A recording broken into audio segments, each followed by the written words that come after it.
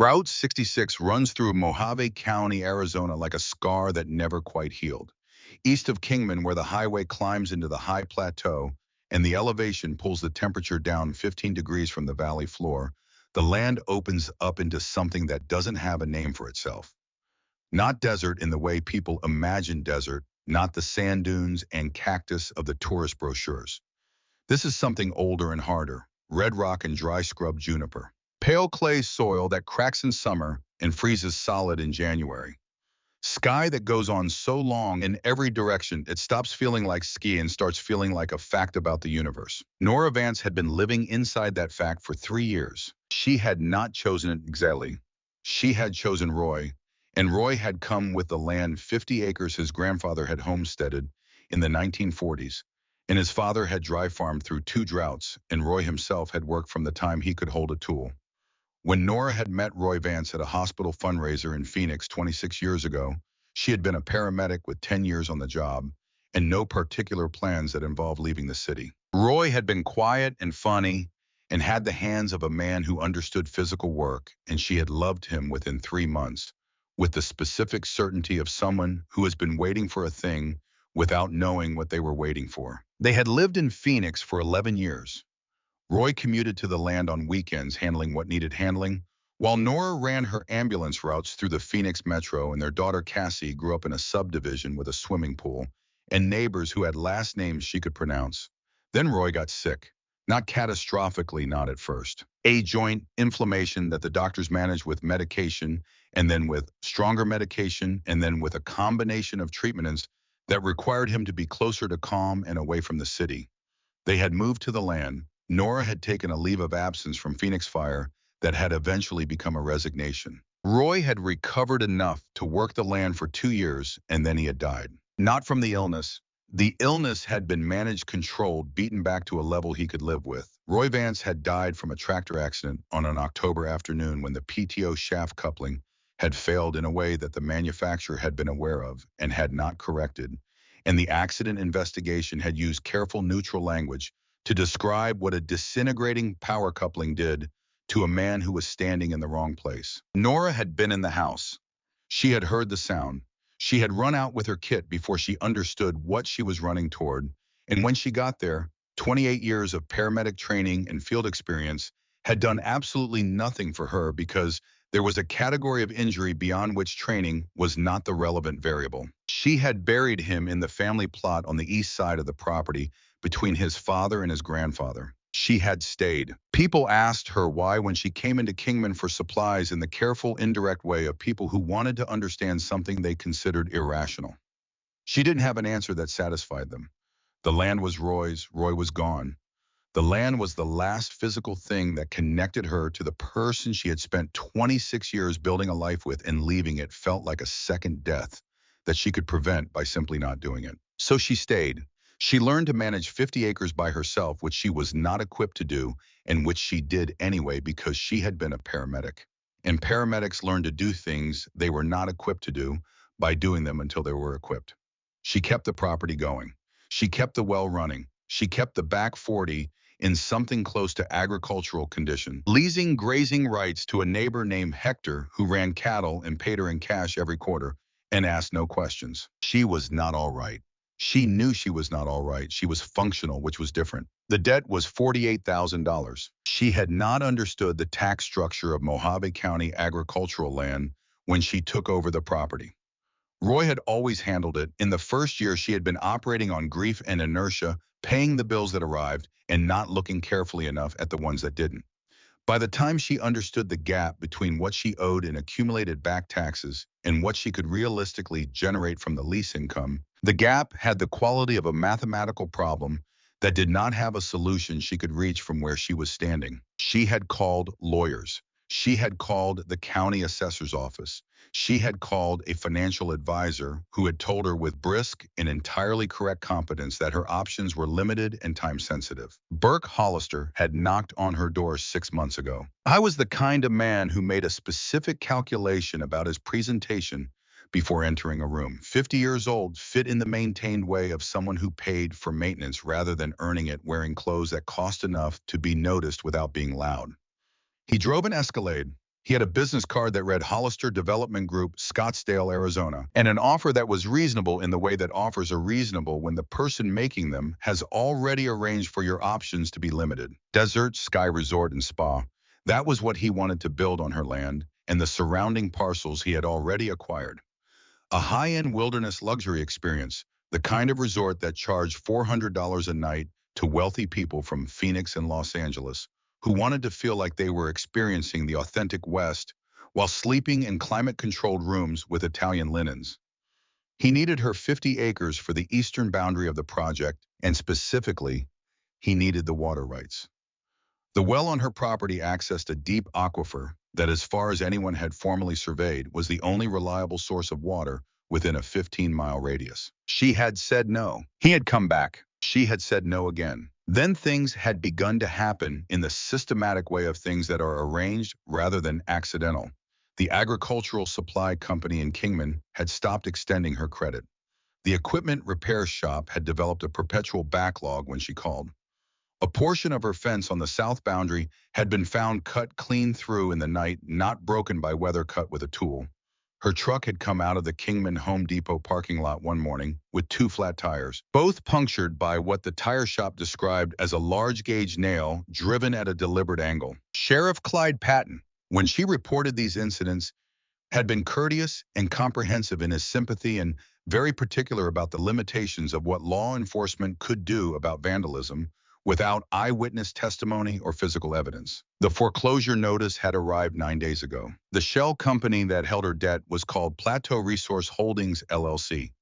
She had spent 3 evenings on her laptop tracing the corporate structure through Nevada and Delaware registrations until she found the registered agent, which shared an address with Hollister Development Group's Scottsdale office. She had brought this to Sheriff Patton. He had explained that corporate relationships were a civil matter. 72 hours. That was what the notice gave her. 72 hours to produce $48,000 or the county would execute the writ of possession. On the second night, the storm came. Arizona high desert storms in October were not the dramatic lightning and rain events of summer monsoon season. They were wind events. The wind came from the north at this time of year, pushing ahead of it, the red-brown dust of the higher Colorado Plateau, and when it arrived without warning, and with the specific violence of something that had been traveling a very long distance and had accumulated considerable momentum. Nora was at the kitchen table at 11:45 at night, her paramedic kit open in front of her because she had been inventorying it in the mechanical way she fell into when she couldn't sleep when the storm hit the house. The windows rattled in their frames, the old tin roof flexed and moaned. The power went as it always did in serious wind, and she lit the kerosene lamp she kept on the kitchen counter for exactly this reason and sat in the amber circle of its light and listened to the storm work on the house. She heard the sound at 12:20. 28 years of emergency medicine had given her a specific relationship with the sounds of impact. She categorized them without thinking the type of object, the speed of travel, the surface of contact. What she heard through the storm noise was a large motorcycle fast in a situation it could not correct. The tire scream was brief.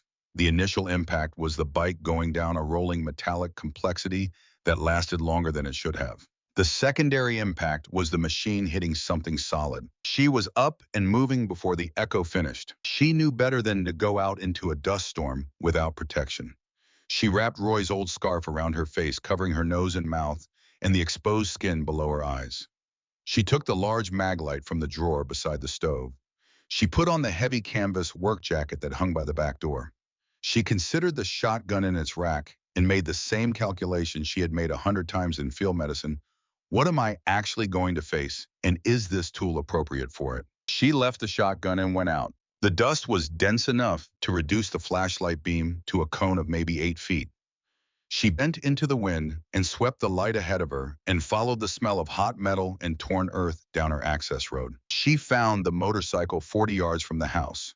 It had laid down hard the left side, taking the initial contact, and had slid another 30 feet through the gravel before catching on a concrete drainage culvert at the edge of the driveway. The damage was considerable. The left fairing had compressed into the frame. The front wheel had separated from the fork. A long streak of chrome and torn rubber marked the path it had taken. She moved the light. The man was in the scrub juniper at the edge of the ditch, 15 feet from the bike. He had either been thrown or had separated from the machine intentionally. He was large, she registered very large, and he was on his back with one arm at an angle that told her he had tried to catch himself on the fall and had partially succeeded at the cost of whatever mechanism he had used to catch himself. I was breathing. She saw his chest move before she reached him. She crouched and swept the light across him. Road leathers, heavy boots, denim over the leathers. The left side of his jacket had been torn by the slide, and through the tear she could see blood, the particular dark red of venous bleeding from a gash across the left side of his rib cage. His left arm was pinned under him at the angle of a fractured or dislocated shoulder. His right thigh had a piece of fairing chrome embedded in it, sticking up at 3 inches, the wound around it seeping steadily. She moved the light to his face and found him looking at her. His eyes were dark, and despite everything that had just happened to his body, they were clear and present in assessing her with a directness that told her his neurological function was intact. "Don't move," she said. Her voice was exactly what it had been in 28 years of field work, level certain belonging to someone who knew what was happening next. "I'm fine," he said. His voice came out rough and compressed, the voice of a man breathing around cracked ribs. "You have a piece of your fairing in your right leg, and I need to evaluate your left shoulder before you move," she said. "Don't move." He looked at her for a moment. His eyes moved to the scarf around her face, to the flashlight, to her hands, which were already moving to her jacket pocket, where she had put on instinct a pair of nitrile gloves from the kit she had been inventorying. "You're a medic," he said. "Retired," she said. "Still applies. Don't move." She assessed him systematically. The rib gash was a laceration rather than a puncture, painful and bloody, but not immediately life-threatening. The shoulder was dislocated at the glenohumeral joint, not fractured, though she wouldn't be certain about the clavicle without imaging. The thigh fragment was the most urgent problem.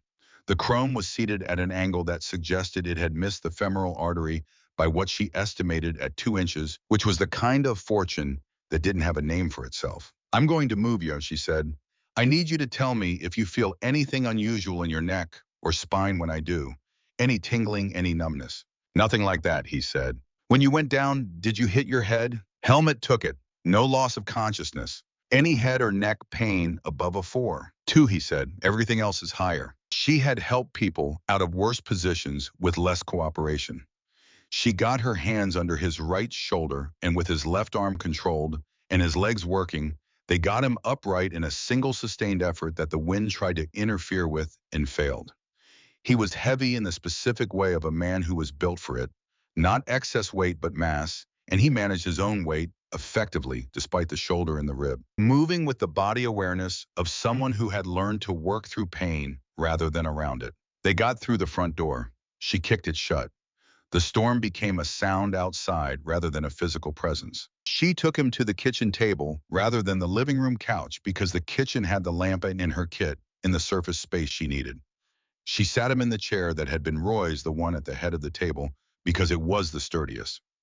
He sat without being told to and put his right hand flat on the table, steadying himself, and breathed in the deliberate way of someone managing a pain level that required active management. She opened her kit and went to work. She irrigated the rib laceration, first cleaned it, assessed depth, and determined it needed closure. 12 sutures, medical knots. The chrome fragment came out of the thigh in a single extraction after she had irrigated the wound channel and confirmed the angle she had estimated in the field. 8 sutures on the thigh. The shoulder she reduced with a traction-counter-traction method that required him to stay still while she applied controlled force to a joint that was not interested in cooperation.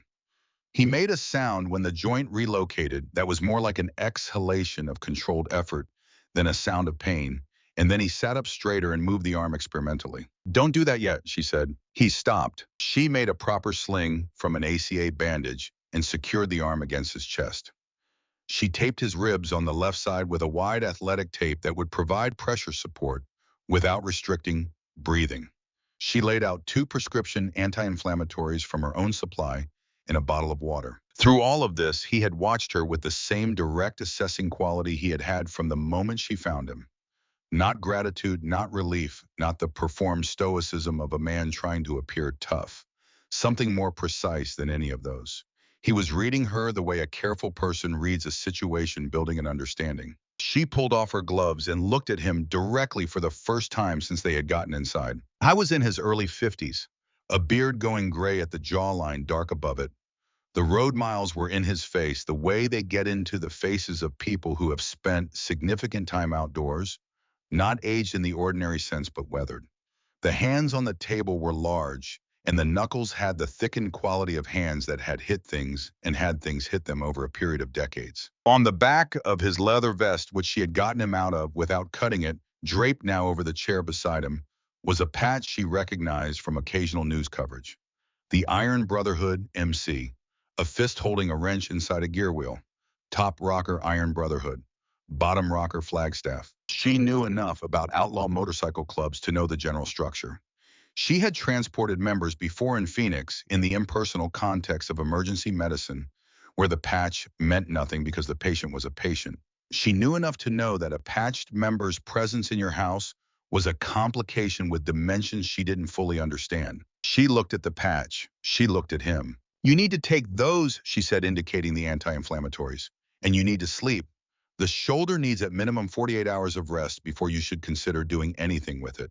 I need to get back to Flagstaff, he said. Not tonight, she said. Not in a dust storm on a damaged bike. She looked at him. The couch in the other room is long enough for you. I'll know if you try to leave because the front door sticks and makes a specific sound when it opens. She said this without inflection, as information rather than threat.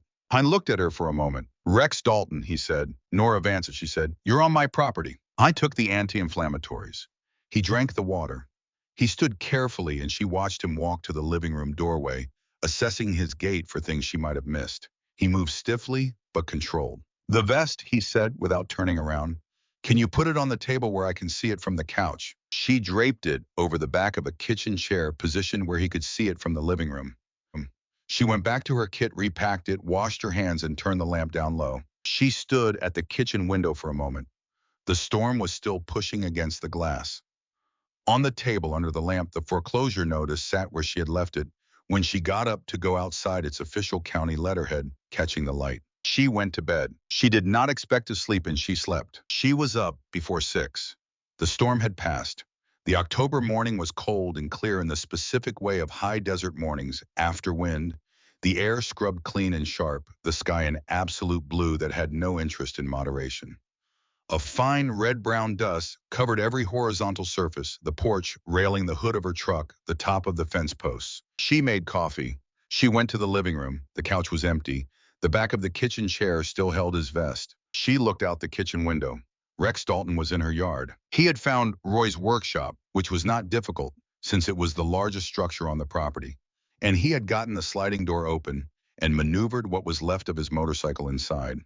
He was crouched beside it in the early morning light, working on the front fork assembly with the set of socket wrenches she kept on Roy's tool bench, his good right arm doing the work while the left stayed in the sling. She walked across the yard and held a mug of coffee out to him. He took it without comment. How bad is it? She said, looking at the bike. Riddable in 4 or 5 hours, he said. Front fork needs straightening and the fairing brace is bent. Nothing structural. He sipped the coffee. You have a bench vise in there. Royce, she said. I didn't ask who Raw was. He looked at the bike with the professional patience of someone who had been putting damaged machinery back together for a long time. I saw the paper on your kitchen table, he said. He said it the way he said most things, flat and direct, with no performance around it. The foreclosure notice, she said. County tax lien, you've got 72 hours on the clock. Had she said. It was posted 4 days ago. I have about 40 hours left. He straightened up to his full height. In the morning light, she could see him more clearly than she had in the storm and the lamplight. I was larger than she had understood, not just in height, but in the physical substance of him, the kind of size that came from decades of physical life rather than deliberate cultivation. Who holds the debt, he said. A shell company called Plateau Resource Holdings. It traces back to a developer named Burke Hollister. He wants the water rights under my land. She looked out at the scrubland. He's been buying up property in this part of the county for 2 years. My 50 acres is the last piece of the eastern boundary of his resort project. Rex was very still for a moment. He looked at the horizon the way she had seen men look at things they were recalibrating their understanding of. Burke Hollister, he said. The way he said it was the way a person says a name they have already had specific thoughts about. She looked at him. You know him. He said nothing for a moment. Then tell me what he's done. She told him. The fence cuts, the tires, the credit line drying up, the supply company, the foreclosure process run through a shell company. She told it without editorializing the way she had written patient reports for 28 years. This happened, then this, then this. Rex listened without interrupting. He finished his coffee. He set the mug on the edge of Roy's workbench. He turned and looked toward the access road. The sound of an engine reached them a moment before the vehicle appeared, a heavy-duty pickup truck coming down her access road with the speed of something that had decided it had the right to be there. It stopped at the edge of the yard. Three men got out. The first two she recognized as the pair who had come by 6 weeks ago with a crew to check what they called utility infrastructure. Before she had made clear with specific directness that she was uninterested in having Hollister's people on her property. The third man she hadn't seen before. He was big, flat-faced, wearing a work jacket that didn't conceal the build of someone who had been paid for it. He had a clipboard. Mrs. Vance. The man with the clipboard spoke with the false courtesy of someone executing instructions. Mr. Hollister asked us to come by and take some preliminary measurements for the— You're not authorized to be on this property, Nora said. She had come down the porch steps. Her voice was the voice she used when she needed someone to stop what they were doing and listen carefully to what she was saying. It was a very effective voice. The foreclosure notice gives Mr. Hollister's legal representatives the right to— The foreclosure notice does not give anyone the right to access this property until the writ of possession is executed, Nora said. That has not happened. You are trespassing. Leave. The man with the clipboard looked at her with the expression of someone who had been told to deal with a complication. His eyes moved past her. She didn't turn around, but she heard Rex come up beside her. She heard the man with the clipboard stop talking mid-thought. In her peripheral vision, she saw Rex standing to her left, his good arm at his side, the left in its sling, the iron brotherhood vest on over his work clothes. He had put the vest on at some point in the morning without her noticing. He was doing nothing. He was simply standing there, and his presence was doing the work that presence can do when the person exercising it has the kind of history that a patch communicates. The man with the clipboard took half a step back. His name was Dake, she would learn later, and he had recognized Rex Dalton in the way that changed the calculation of everything he had been sent here to do. We'll come back at a better time, Dake said. His voice had lost most of its false courtesy. The three men got back in the pickup. It reversed down the access road and turned onto Route 66, and the sound of it faded into the ordinary desert quiet. Nora stood in the yard for a moment. That stopped them today, Rex said. It won't stop them tomorrow with a sheriff and a court order. I know, she said. He looked at the horizon again. Something in his expression had the quality of a man thinking through a specific problem with specific tools in mind. I need to get to Flagstaff, he said. I need to pick up some parts for the bike and take care of some business. I'll be back tomorrow. She looked at him. You don't owe me anything. No, he said. He turned and walked back into the workshop. I'll be back before noon. She stood in the yard. She thought about Roy, who had also been a man who said things plainly and meant them. She went inside. She made more coffee. She looked at the foreclosure notice on the table and thought about 40 hours and about what could and could not change in 40 hours. At 2 in the afternoon, the motorcycle came to life with a sound that rattled the workshop roof. She heard it idle, heard the adjustments he made, heard it settle into a steady mechanical certainty. She heard him back it out of the workshop and heard the sound of it change when he reached the access road, deep and purposeful, as he accelerated toward Route 66. She went out and stood on the porch and watched him go. She did not hope for anything specific. She had been a paramedic long enough to know that hope and the assessment of probabilities were different activities, and she tried to keep them separate. She went inside and made dinner and ate it at the table with the foreclosure notice and the open paramedic kit. And she thought about Roy and about the land and about 40 hours. She did not sleep that night until very late. At 3 in the morning, she was lying in bed looking at the ceiling when she heard the first sound from outside. Not an engine, something quieter. Boots in the gravel, more than one pair moving toward the workshop. She was up and in the hallway before she had made a conscious decision, and she had the shotgun in her hands before she remembered she had decided not to use it. She went to the back window. 3 shapes in the dark moving toward the workshop door. She went to the back door and opened it. You're on private property, she said. Her voice was level. It was always level. The three shapes stopped. Get back inside, the closest one said. His voice was Deke's voice. Leave this property, she said. Last time, Deke said. He was walking toward her. Mr. Hollister has a document for you to sign. You sign it, this is over tonight. He's offering you $15,000 cash in hand for a quick sale. That's better than what the county is going to give you. She held the shotgun at the low-ready position she had used at the county range for 5 years. Leave. Dake kept walking. He was 8 feet from her when his hand came up and took the barrel of the shotgun and pushed it sideways with a force that was faster than she could resist, and then his other hand was on her wrist and the shotgun was no longer in her hands, and she was against the door frame with his weight against her. He shoved something at her, a piece of paper, thick legal paper. Sign it. She looked at the paper. In the light from the doorway, she could read the header, Voluntary Transfer of Property Plateau Resource Holdings, LLC. The space for the seller's name was blank. She took the pen he pushed at her. She wrote slowly and carefully. She wrote Roy Vance. Roy had been dead for 3 years. Roy's name on a voluntary transfer of property was legally meaningless. Roy was not a party to any transaction of any kind. A document signed in Roy Vance's name was not a document. It was evidence of fraud, and anyone who processed it through a title company would discover that fact within 24 hours. Dake could not have known Roy's last name was different from hers, or that the man whose name she had written had been buried on the east side of the property for 3 years. You sign your own name, Deke said. I did, Nora said. Dake looked at the paper again. He folded it and put it in his jacket. The 3 men left. She stood in the doorway and listened to the pickup back out and drive away on Route 66, and she stood there for a long time in the cold October dark. Then she went inside and sat down at the kitchen table and put her face in her hands and breathed. When she raised her head, her eyes were dry.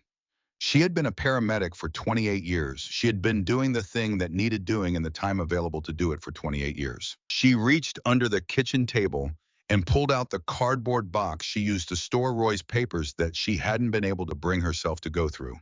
She had meant to go through this box for 3 years. She looked at it for a moment. Then she put it on the table and opened it. Roy had always kept notes. He had kept notes on everything: field conditions, water levels in the well, weather patterns, the behavior of the creek bed in wet years. She had known this about him. She had not known that in the last 2 years of his life, as the first resort surveys had appeared in the county planning office filings, as strangers had begun appearing on the roads and asking questions at the county assessor's office, Roy had been keeping a different kind of notes. She found the brown leather notebook at the bottom of the box under his grandfather's grazing permits, in a folded topographic map, in a coffee-stained envelope of receipts. She opened it. The handwriting was Roy's. Precise, small, the handwriting of an engineer, which he had been before ranching. The first entry was dated 27 months ago. She read it once, and then she read it again, and then she sat very still for a long time. Roy had noticed the first survey crews 18 months before he died and had initially understood them as county infrastructure work. It was his habit to record unusual activity in the area because he had been ranching for 20 years, and unusual activity sometimes meant fence damage or livestock issues. So he noted the date and the vehicle and the nature of the work and thought nothing more of it. Then the county planning filings had appeared. Roy had the habit of following those as well, because county planning decisions affected access roads and utilities and the various small administrative matters that govern life at this distance from town.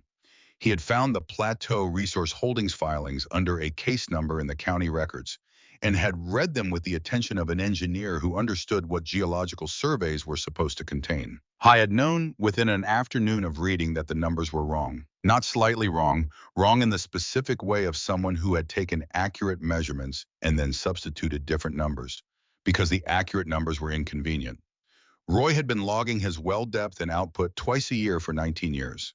He had his own record of the aquifer as measured from above, imprecise as surface measurement, necessarily was but consistent and long-term. The aquifer that Plateau Resource Holdings had described to the county planning office bore no resemblance to the aquifer that Roy Vance had been drawing water from for 19 years. So he had started investigating. He had done it the way engineers investigate things, systematically and without drama, and without telling his wife, because he did not yet know what he was finding, and he was a man who did not speculate aloud about things he was not yet certain of.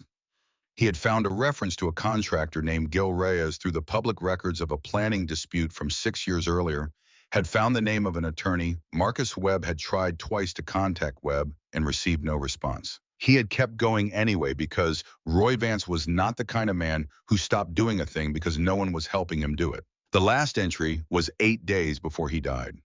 It described Roy finding what he believed was the physical location of the actual deep survey borehole on county land adjacent to his property boundary and taking photographs of the casing markers. And it said confirmed. The geological survey submitted to county planning by Plateau Resource Holdings does not match the survey data I have been recording independently. The aquifer depth and volume in Plateau's filing is understated by a factor of approximately 3. This is not a measurement error. I am going to contact the county planning office on Monday. Monday had been 4 days after his accident. She put the notebook carefully on the table. She looked at it. Then she picked up her phone and dialed the number Rex had given her when he left that afternoon, written on the inside cover of a matchbook from a bar in Flagstaff. It rang 4 times. Vance, he said when he answered. He had stored her name. I need to tell you something, she said, about my husband and about Burke Hollister. There was a brief silence. I'm listening, Rex said. She told him about the notebook reading from Roy's first entry, which described a series of observations about vehicles conducting what appeared to be unauthorized survey work on the county access road half a mile from her property line. Roy had noted dates, times, vehicle descriptions, license plates. He had cross-referenced these with public records from the county planning office and identified 2 of the vehicles as belonging to contractors hired by Plateau Resource Holdings. I was doing his own investigation, Rex said. He didn't tell me, Nora said. I didn't know until tonight. How far back does it go? She turned pages. 27 months. His last entry is dated 8 days before he died. The kitchen was very quiet. What does the last entry say? Rex asked. She read it to him.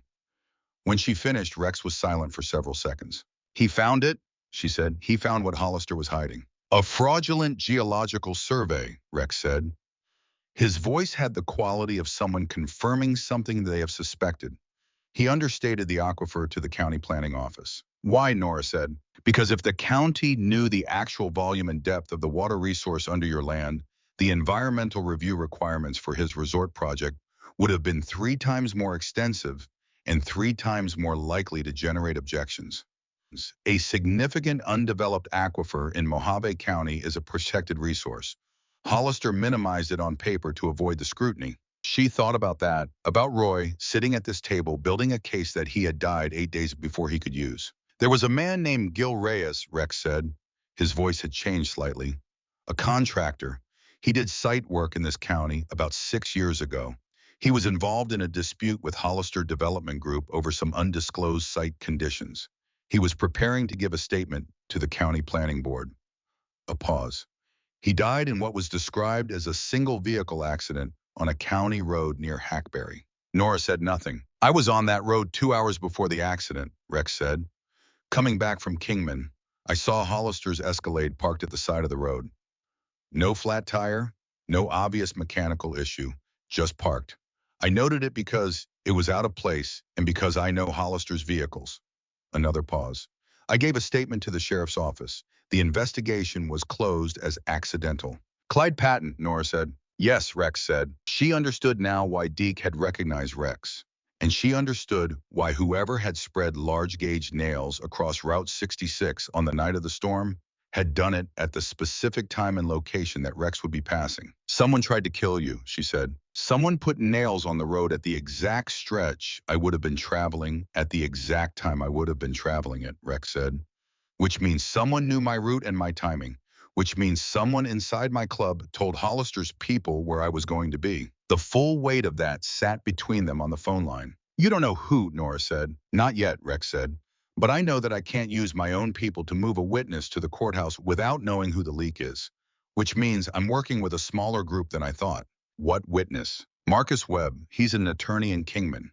He was representing Gil Reyes in the planning board dispute before Reyes died. He has a copy of the actual geological survey, the real one commissioned by Reyes's company before the dispute. The one that shows the aquifer at full volume and depth. A pause. He's been sitting on it for 6 years because he's afraid. He has good reason to be afraid. But the real survey, combined with Roy's independent field records, is a complete evidentiary picture of what Hollister filed and what the land actually contains. Nora looked at Roy's notebook. At Roy's precise handwriting, the numbers and dates and coordinates recorded with the methodical accuracy of an engineer who had spent 20 years understanding this specific piece of ground. Roy didn't know about Webb, she said. Probably not. But Roy figured out the same thing Webb knew independently and from the other side. A pause. Your husband was doing the same work. He just didn't have anyone to hand it to. I was going to give it to the county planning office, she said. With Webb's survey and Roy's field records together, it's more than a start to a county complaint, Rex said. It's the full case. She thought about 40 hours. She thought about what needed to happen and how it needed to happen. The choke point is Webb, she said. If he won't come forward. I've been talking to Webb for 2 weeks, Rex said. He's been going back and forth. He's scared, but he knows what he has and what it means. Tonight, when I tell him about Roy's records, I think it changes his calculation. He's been one corroborating source short of being willing to move. Roy's notebook might be the thing that closes that gap. And you have people watching my property tonight, she said. It wasn't a question. 2 of my brothers are parked on Route 66 with a view of your access road, Rex said. If Hollister's people come back tonight, I'll know within 2 minutes. She had not known this. She thought about it. You set that up before you left, she said. Yes, he said. She thought about Roy, who had also done things without telling her, because he thought protecting her meant managing what she knew. Rex, she said. Yeah, don't do that again. Don't make decisions about what I need to know without asking me. A long pause. Understood, he said, and she believed it. The notebook has coordinates, she said. Survey borehole locations. Physical evidence, not just records. If Webb can compare his real survey data to the borehole locations, Roy found it's a direct match to the fraud. Forward me photographs of the relevant pages, Rex said. I'm going to call Webb. She photographed every page of the notebook with her phone slowly and carefully, making sure each image was clear and complete. She sent them to the number Rex had given her. She sat back. Outside on Route 66, 2 Iron Brotherhood members she had never met were sitting in vehicles watching her access road.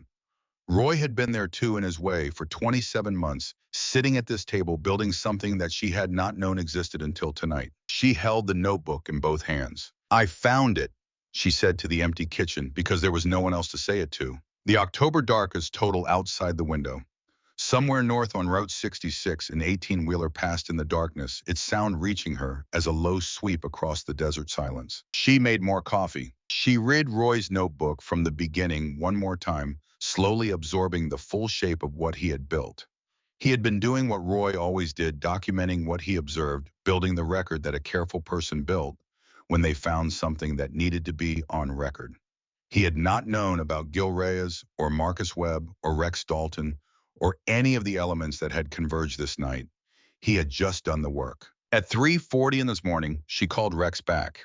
The notebook has coordinates for 12 borehole locations, she said, written in Roy's survey notation. If Webb can confirm those match his real survey data, it's physical corroboration that the markers were moved before the county filing. Webb is looking at the photographs right now, Rex said.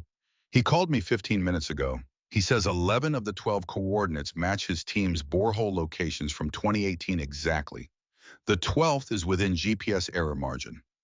A pause in which she could hear Rex calculating. He's in. She set the phone on the table and put both hands flat on the surface and breathed. Get Webb to the courthouse, she said when she picked it up again. I'll be ready. We move at 4 a.m., Rex said. Be ready. She put the phone down. She looked at Roy's notebook for a long time. Then she made coffee because it was going to be a long night, and she was a practical woman, and practical women made coffee. At 3:45 in the morning, the motorcycle sound she had been waiting for came off Route 66 and turned onto her access road. She was already dressed and at the kitchen table. Rex came through the front door, and behind him through the gap, she saw not one motorcycle but 3. He had brought people. He looked at her and the kitchen table and at the notebook and at the thermos. You slept, he said. No, she said. He crossed to the table and sat down across from her. He moved with slightly more caution than the day before, which told her the ribs were announcing themselves. Webb is in, he said. He called me at 1 a.m. after he went through the photographs. Roy's borehole coordinates correspond exactly to the locations his survey team used in the real assessment 6 years ago. The coordinates in the plateau filling go to different locations, different geology, different depth, different readings. He paused. Someone physically moved the survey markers before the county filing. Roy's photographs show the real ones. Nora absorbed this without speaking. He's ready to go to the courthouse when it opens at 8, Rex said. He wants originals of the notebook and his own survey to go into evidence together. He wants to present both as exhibits in a formal complaint to the Mojave County Planning Board and the Arizona Attorney General's office. That takes time, she said, more than the 22 hours I have left on the foreclosure. The filing triggers an automatic administrative hold on any property transactions related to the disputed development application, Rex said. That hold supersedes the foreclosure timeline. If Webb files before the foreclosure is executed, the hold stops the clock. He looked at her. We have to get him to the courthouse by 10 a.m. at the latest, preferably by 9. Kingman, she said, that's 40 minutes. 42 minutes on the main road, Rex said. There's a county road that's 47 minutes but runs through terrain that makes surveillance difficult. She looked at him. You're expecting interference. I'm expecting that Hollister has someone watching the courthouse, and someone watching Webb's office, and someone watching your access road. He has 40 hours left on his clock, and he knows something is wrong because Deke came back last night without a usable signature. He paused. He'll be trying to figure out what Roy Vance means on a voluntary transfer document. When he does, he'll know that signature is evidence of fraud against him, not in his favor. How long does that take him to figure out? With a competent attorney, a few hours. Rex looked at the window. He's been trying to call Deke since about midnight, based on what our two people on the road have been picking up. Deke isn't answering. She accepted that without asking for more. The nail's on the road, she said. The person inside your club who told Hollister your route. Rex's expression became more specific. His name is Terry Oakes. He's been a prospect for 8 months. Hollister's people found him through a drug charge they had leverage over. He paused. He's in Flagstaff. He's been informed that his association with Iron Brotherhood is concluded. And the leak is closed, she said. Yes, Rex said. She stood it up. She picked up Roy's notebook and put it in the waterproof document bag she had found in the workshop. She zipped it shut. I want to be in the car with Webb when he goes to the courthouse, she said. Rex looked at her. Nora. He's bringing Roy's evidence, she said.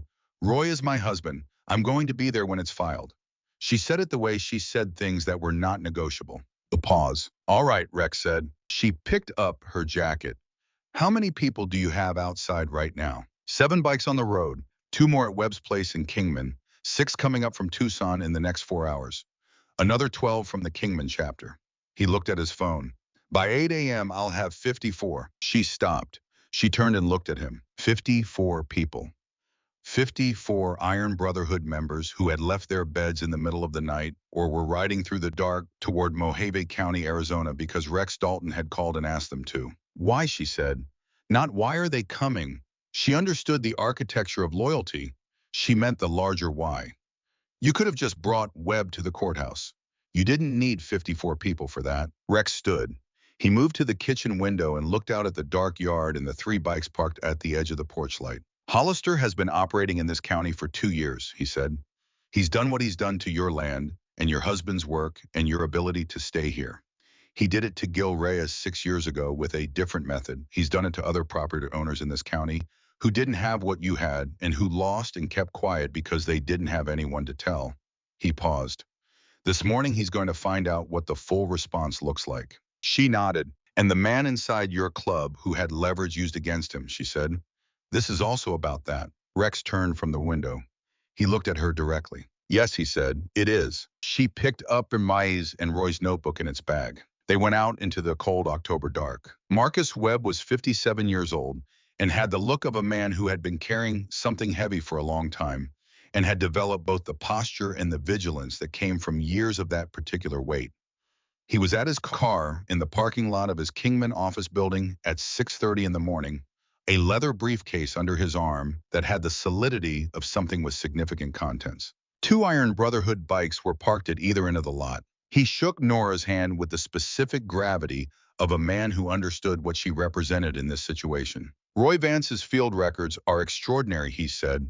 He said it the way attorneys said things they had decided were relevant, with precision and without decoration. The borehole coordinates match our 2018 survey data at 11 of 12 locations.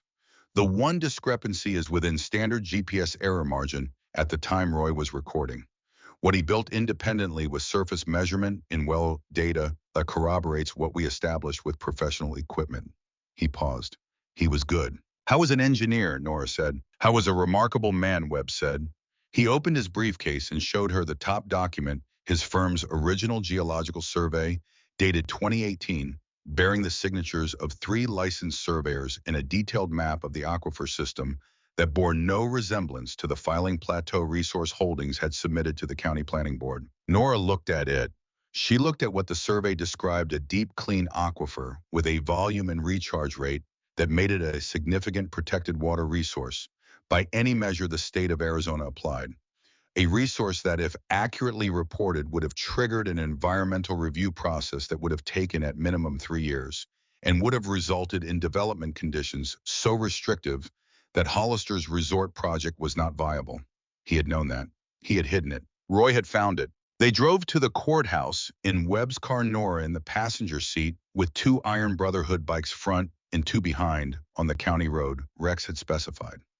Rex himself rode directly behind Webb's car, and she could see him in the side mirror, the road captain on his repaired motorcycle moving with the controlled efficiency of someone who had made peace with the fact that his ribs were going to hurt and was proceeding anyway. The morning was still the deep cool of pre-sunrise.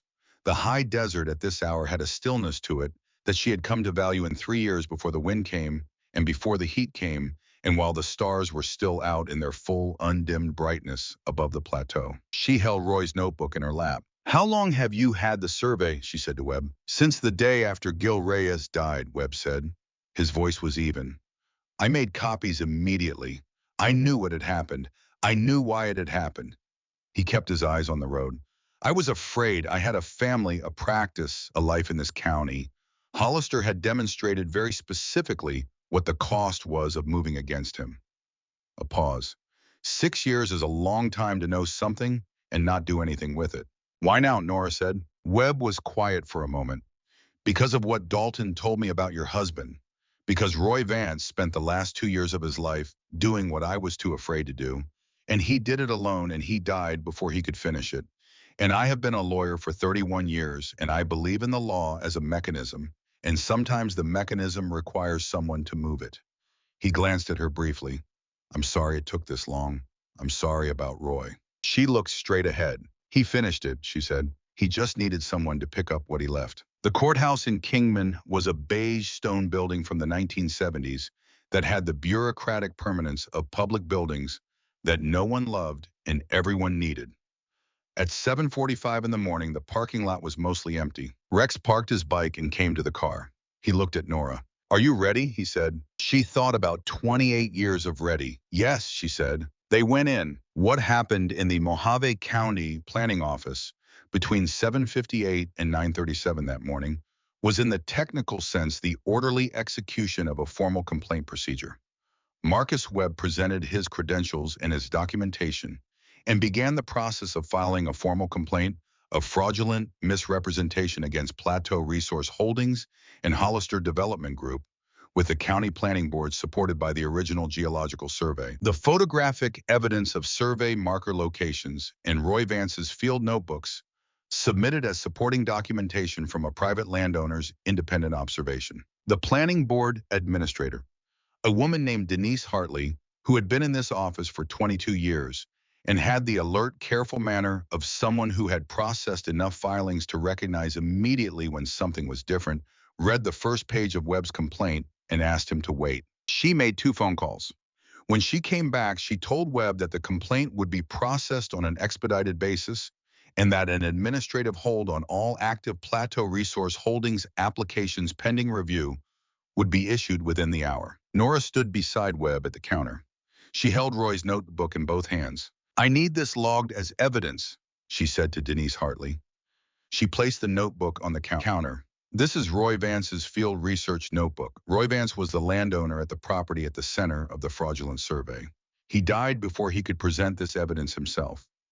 I'm his surviving spouse and I'm presenting it on his behalf. Denise Hartley looked at the notebook. She looked at Nora. We'll log it as a primary exhibit, she said. Thank you, Nora said. She let go of the notebook. She had been holding it since she had taken it out of the cardboard box at 2 in the morning. She had been carrying it through the dark, in the cold, in the 42-minute drive in the courthouse corridor. She let go of it and watched Denise Hartley place it carefully in the evidence envelope and write the case number on the tab. Roy's handwriting was visible through the clear window of the envelope. Small, precise, the handwriting of an engineer. She looked at it for a moment. Outside in the courthouse parking lot and on the street, Iron Brotherhood motorcycles were beginning to appear. Not dramatically, not in a roaring formation. They were arriving in pairs and small groups, parking along the street and in the lot. The riders getting off their bikes and standing in the early morning in the quiet way of people who have arrived where they were supposed to arrive and are waiting for what comes next. By 9 a.m., there were 23 bikes visible from the courthouse window. By 9:30, there were 41. Burke Hollister arrived at 9:47. She saw his Escalade from the planning office window pulling into the handicap space at the front of the building with the confidence of a man who did not normally concern himself with parking regulations. He got out and saw the motorcycles and stopped. He was not alone. He had two men with him who were not Deke. He also had an attorney, a younger man in a blue suit, who had the look of someone who had been called early and had dressed fast. Hollister looked at the motorcycles. He looked at them the way a man looks at something that represents the exact opposite of what he had expected to find when he woke up this morning. Rex came to stand beside Nora at the window. He's been trying to get a court order to prevent the filing, Rex said. His attorney filed an emergency injunction application 45 minutes ago. The clerk's office told him there was already an administrative hold in effect and that his application was being reviewed in the context of the fraud complaint. He didn't know about the complaint until 45 minutes ago, Nora said. He knew something was wrong when Deke didn't come back with a usable signature, Rex said. He's been scrambling since about 3 a.m. She watched Hollister stand in the parking lot. He was a man accustomed to controlling the variables of his situations, and he was encountering a situation in which the variables had been rearranged overnight into a configuration he had not prepared for. He looked at the courthouse. He looked at the motorcycles. He looked at his attorney. His attorney was already on his phone, and the expression on his face was the expression of an attorney receiving information that required significant revision of the advice he had been planning to give. Nora stepped back from the window. What happens now, she said. The administrative hold stops the foreclosure clock until the fraud complaint is adjudicated, Rex said. That process takes weeks or months. During that time, you cannot be evicted, and Hollister cannot proceed with any transactions related to the disputed development application. He paused. The Attorney General's office will be receiving the referral from the planning board within the day. The fraudulent survey is a criminal matter. The trespass and coercion from last night is a separate criminal matter. And Patton, she said, is also currently having a conversation with investigators from the Arizona Attorney General's office who drove down from Phoenix last night after a call from Marcus Webb. She looked at him. Webb called the AG before the courthouse. Webb called the AG at 1:15 a.m., Rex said, right after I called him about Roy's notebook. He had been waiting for a corroborating source for 6 years. He wasn't going to wait another morning once he had one. Outside, Hollister was having what appeared to be an extremely difficult conversation with his attorney. The attorney had the stance of someone delivering information that the person receiving it did not want to receive. Two uniformed Mojave County deputies were walking through the main corridor of the building toward the front entrance. She watched them go out through the main doors. A few minutes later, through the window, she saw Burke Hollister being escorted toward a county vehicle by the two deputies. His attorney was beside him, talking rapidly. Hollister had the look of a man who had been in control of everything for a very long time and was discovering what control felt like when it ended. She watched him get into the back of the county vehicle. She turned away from the window. Webb came back into the corridor. He held her hand for a moment longer than a handshake required. Roy would be proud, he said. Roy would say he should have finished it himself, she said, but yes. She got into Rex's borrowed truck and they drove back toward Mojave County. She was quiet for the first 15 minutes of the drive. Rex drove without filling the silence, which she appreciated, which was a Roy quality in its way. The administrative hold, she said eventually. How long before the county assessor's office gets the notification? It may have arrived already, Rex said. He handed her his phone. Denise Hartley's direct line is in the contacts. She looked at him.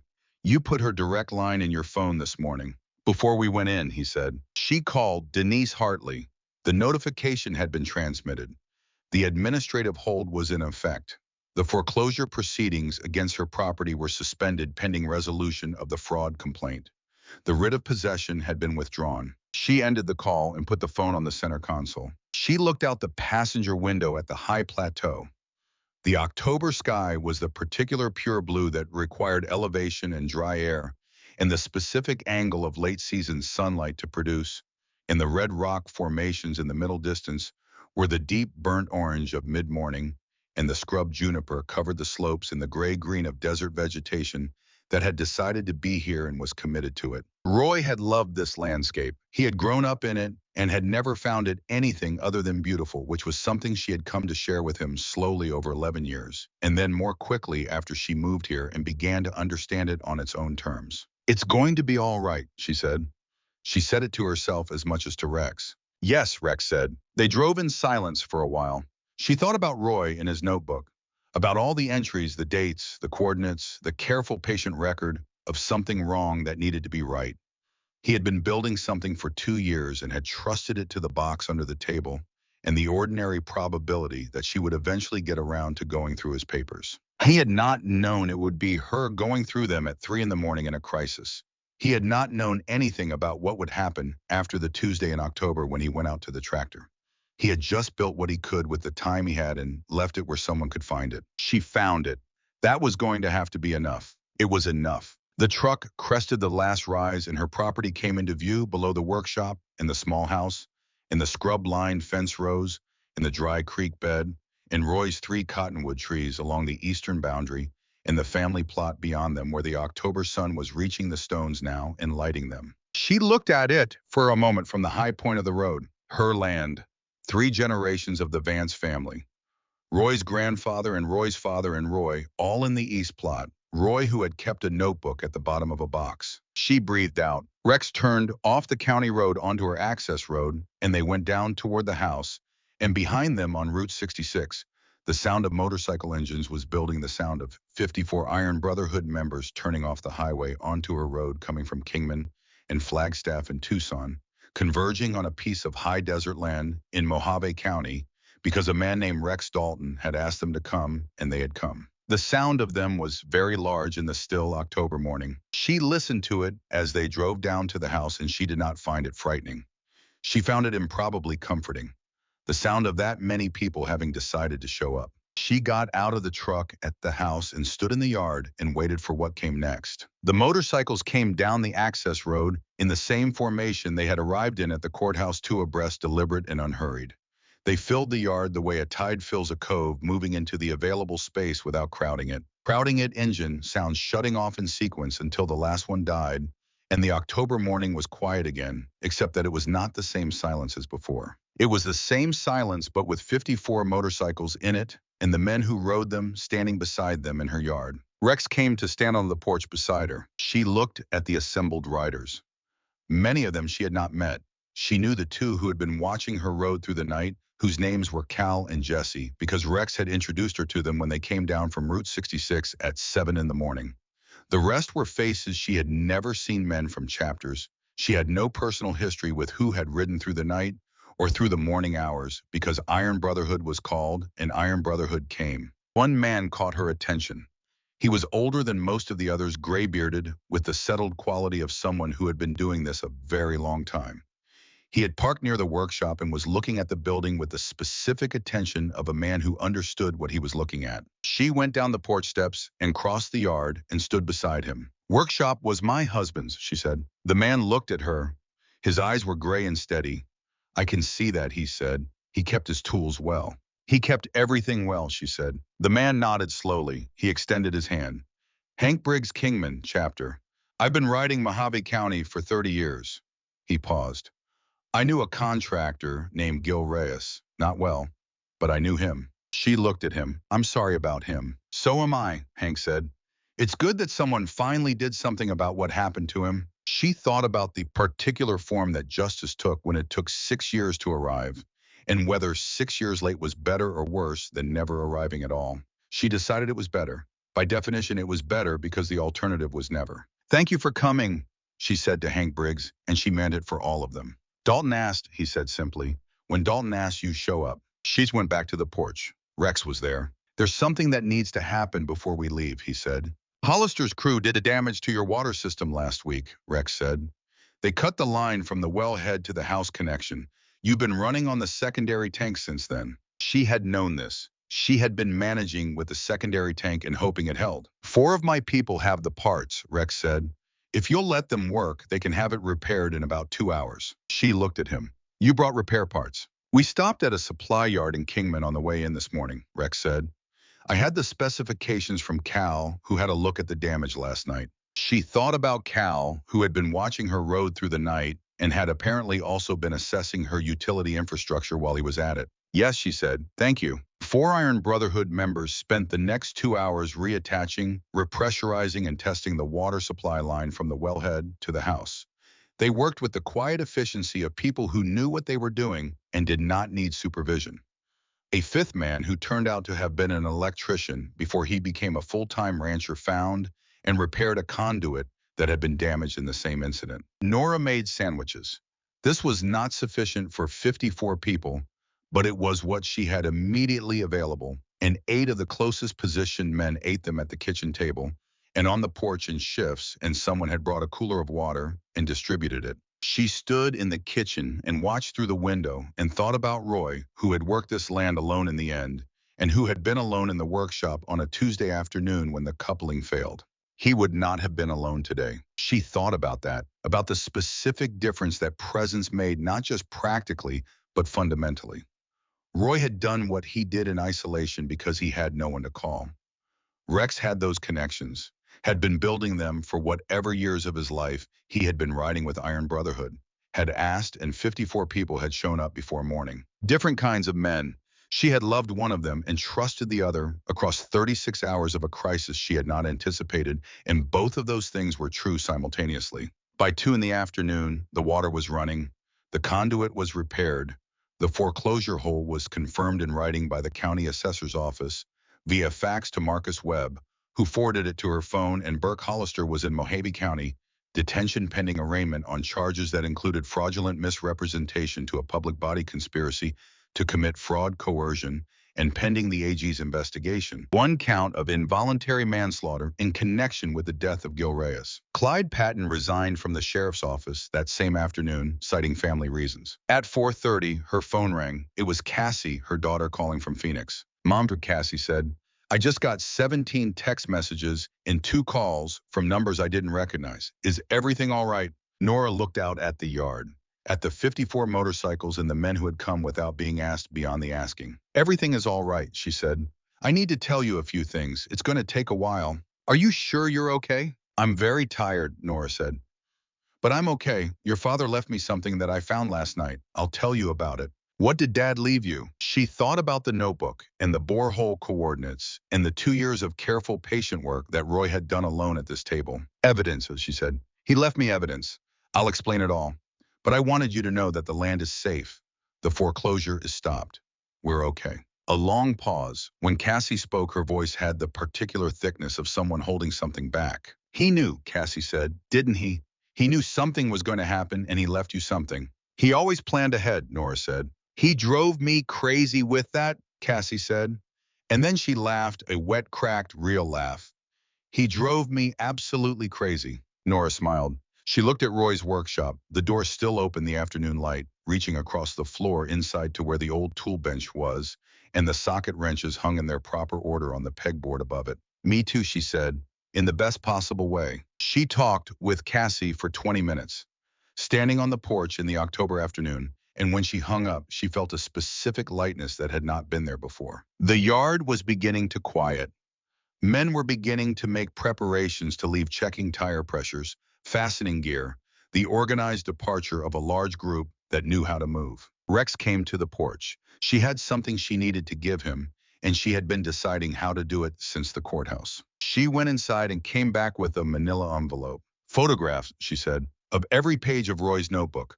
Webb has the originals in evidence, but I made copies at the courthouse. She held out the envelope. I want you to have a set. Rex looked at the envelope. Why, Matt? Because Roy didn't finish his investigation alone, she said. You closed the loop he started. You should have the record of what he built. Rex took the envelope slowly. He held it the way people hold things that carry more weight than their physical substance. I'm going to give this to the club's archive, he said. We keep records of situations we've been part of. This belongs in there. She nodded. And because of what you said about the AG's office, Webb is filing in 4 other counties. There may be other Hollister situations we don't know about yet. If there are, that notebook might be useful again. Rex looked at her. You're thinking like an investigator. I'm thinking like a paramedic, she said. In triage, you don't just treat the injury in front of you. You assess for secondary injuries you might not see yet. He held the envelope for a moment. Then he tucked it carefully inside his leather jacket, inside the vest close to his chest. Thank you, she said, for all of it. Don't thank me, he said. Then after a pause, Roy did the work. We just brought it to where it needed to go. You should take credit this time, she said. He said nothing, but she saw at the corner of his expression the slight relaxation of someone who has received something they did not know how to ask for and has accepted it. The engines started in sequence the way they always started, each one a declaration of departure that built into the combined voice of 54 machines choosing a direction. They pulled out of the yard in the same disciplined 2 abreast column they had arrived in, 54 of them, moving out and up the access road toward Route 66. Rex was the last. He had stayed while the others left simply by being the last one still there when the others were gone. The engines had faded, and then there was only Rex's bike in the yard, and Rex standing beside it in the October afternoon, and the land that was still hers. The shoulder, she said. He had been favoring his left side in ways she had cataloged throughout the day, with the involuntary habit of someone who spent 30 years assessing the physical condition of people in front of them. It'll hold for the ride back, he said. The ribs are going to be a problem in cold weather, she said. Cracked ribs in a November night at elevation on a motorcycle. I've ridden worse. That's not an argument, she said. That's a history of bad decisions. He looked at her with an expression that was slightly surprised and not displeased. There's a doctor in Flagstaff, he said. I'll see him this week. Tomorrow, she said. He looked at her. It's not negotiable, she said. I have your phone number. I will call to confirm. I was quiet for a moment. Then the corner of his mouth movement she had been learning to identify. Yes, ma'am, he said. She looked at him, this man she had known for 36 hours who had come off Route 66 in a dust storm with a broken body and had stayed to stand between her and the people trying to take her land, who had made 54 phone calls that resulted in 54 people riding through the night. Why Route 66, she said. In the storm, what were you doing out here that specific night? He looked down at the bike. He turned the ignition key in his hand. I ride Route 66 3 or 4 times a year, he said. Have for 15 years. I met a man in 2009 on a stretch near Seligman. Both of us stuck at the same diner during a flash flood advisory for 4 hours. We talked. She did not move. You knew Roy, she said. Once he said, briefly. We talked about the land, about what it meant to him, what it was like to be the 3rd generation on a piece of ground. I had never lived anywhere longer than 3 years in a stretch, and I didn't understand it, so I asked him to explain it. He paused. He was good at explaining things. He used the word stewardship, said stewardship was different from ownership. Ownership was transactional. Stewardship was a relationship with a place that continued regardless of whether anyone was watching. She stood still. She knew Roy in that sentence. She could hear him saying it. He didn't remember me, Rex said. 4 hours in a diner during a flash flood. He talked to a lot of people. I was one of them. He looked at the workshop. But I remembered him. And when I came off Route 66 on Thursday night in a storm, and the first thing I saw was a foreclosure notice on a table at a ranch in Mojave County on a piece of land that fit the description of the land he had talked about in 2009. He stopped. You made the connection, she said. I thought maybe, he said. When you said his name this morning, it confirmed it. She looked at the workshop, the cottonwood trees on the eastern boundary, the family plot beyond them. He didn't know you were going to show up, she said, 15 years later. No, Rex said, he didn't. She thought about Roy and the diner outside Seligman and the flash flood advisory and a conversation about stewardship. She thought about Roy writing in his notebook, building evidence. he planned to take to the county planning office on a Monday that never arrived. He talked about stewardship, she said. He said the land was a relationship, Rex said. You maintained it or you didn't. If you maintained it, it maintained you. She looked at her land, the scrub juniper and the pale clay and the dry creek bed and Roy's cottonwood trees and the 50 acres that were still hers. That's true, she said. Rex put the ignition key in his jacket pocket. He held her gaze for a moment. I'll call when I get to Flagstaff, he said. All right, she said. He swung his leg over the bike with the careful movement of a man managing cracked ribs, and he hit the ignition, and the Road Glide came to life with its deep V-twin authority, and he looked at her once from behind his sunglasses, and she looked back at him. And then he put the bike in gear and rode down the access road and turned onto Route 66, heading east toward Flagstaff. She watched until he was gone. She stood in the empty yard for a while after that. The October afternoon was beginning to cool at the edges. She was very tired. She went inside. She sat at the kitchen table. The foreclosure notice was still there. She folded it carefully, opened the wood stove in the corner of the kitchen, and put it in. She struck a match from the box on the shelf and lit the corner of the folded paper and watched it catch. It burned efficiently and was ash in 40 seconds. She closed the stove. In the weeks that followed, the legal process moved at the speed legal processes moved, which was not fast but was forward. Marcus Webb filed in Yavapai County first, then 3 additional counties. Burke Hollister's attorney issued a statement that was brief and offered no defense of the survey data. The Arizona Attorney General's office announced a formal investigation, and then in November, a grand jury indictment on 11 counts. Roy's notebook was cited as a foundational evidence in every county filing. Roy's handwriting, Roy's numbers. Roy's patient 2-year documentation of something wrong that needed to be right entered the public record and stayed there. Clyde Patton's successor as Mojave County Sheriff was a woman named Diane Ruiz who had transferred from Pima County and who drove out to the property in December to introduce herself in person. I've read the case files, Ruiz said. All of them, including the incident reports you filed that my predecessor declined to investigate. She said it the way someone says something they have decided to say and have decided to say completely. I'm sorry. Thank you for saying it directly, Nora said. I've also reviewed the Gil Reyes incident file, Ruiz said. The investigation was inadequate. The AG's office has been informed. Your husband's documentation helped us understand what we were looking at.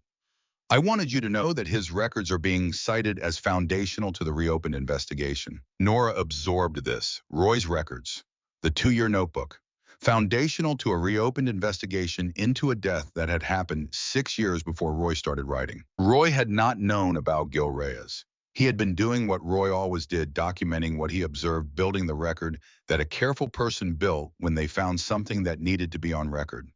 The record had reached further than he had been able to reach. Ruiz nodded at the east fence as she left the sections the Iron Brotherhood men had repaired in October. Iron Brotherhood, she said. Yes, Nora said. Ruiz nodded again with the look of someone who had read enough of the file to have a complete picture and had formed her own opinion of it. Good work, she said, and she drove away. Good work. It had been good work. All of it, Roy's notebook and Webb's survey and Rex's 17-year log, and 54 people who had ridden through the night. All of it had been good work done by people who had decided to do it. Cassie came from Phoenix in November and stayed for 2 weeks. She went through Roy's office with Nora, everything in the drawers and the files in the shelves, and she read her father's notebook from cover to cover and was very quiet for a long time afterward. How was building a case, Cassie said. How was, Nora said. He should have told us, Cassie said. He should have, Nora said. He thought he was protecting us. Cassie looked at the notebook in her hands.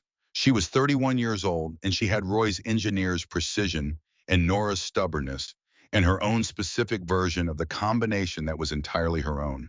Can I keep a copy? Cassie said. Marcus Webb's office will make you a certified copy, Nora said.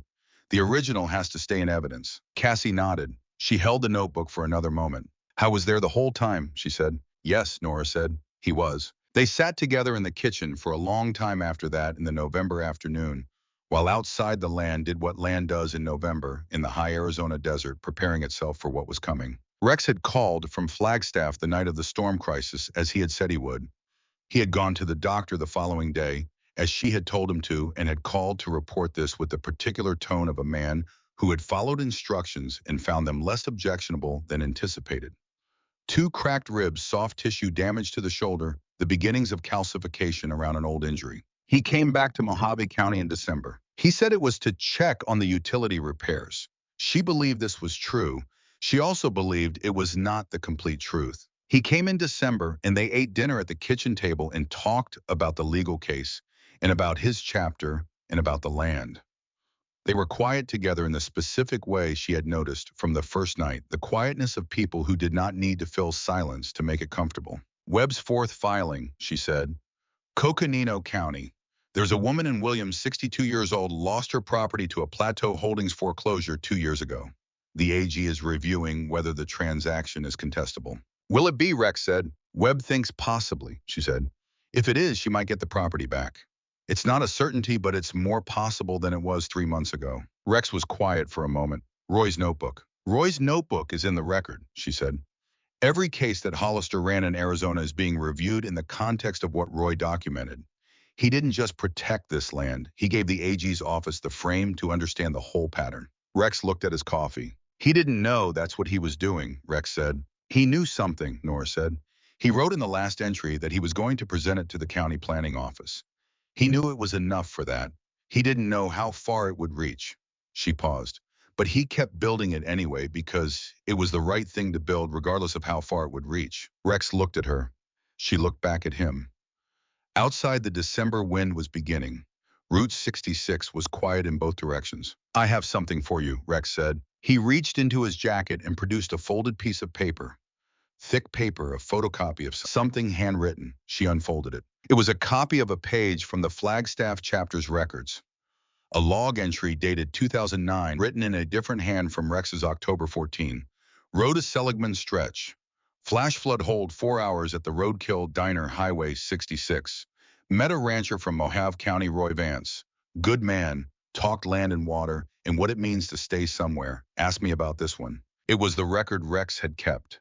The note to himself that had let a conversation survive 15 years. She held the copy for a moment. You kept a log, she said. We keep logs of significant encounters, Rex said.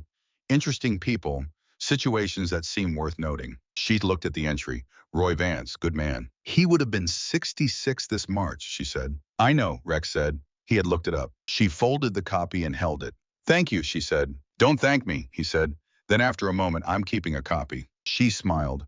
She did not smile easily, and she knew Rex could see that this one was genuine. I know, she said. They sat together at the kitchen table while the December wind worked on the house outside the old wooden structure, doing what it had done for 70 years and continuing to hold the walls, keeping the warmth in and the weather out in the arrangement that Roy's grandfather had built. And that had been maintained through 3 generations of Vances and was now hers to maintain. In January, the Mojave County Planning Board formally removed all active Plateau Resource Holdings applications from review and referred the matter to the state for criminal prosecution. The Desert Sky Resort and Spa would not be built. In February, Marcus Webb sent her a letter confirming that the administrative hold on her property had been converted to a permanent resolution, the debt cleared through a legal mechanism connected to the fraudulent nature of the original foreclosure proceedings. Her 50 acres were hers, free of the encumbrance that had been manufactured to take them. She read the letter at the kitchen table and put it in the top drawer of Roy's desk where she kept the important things.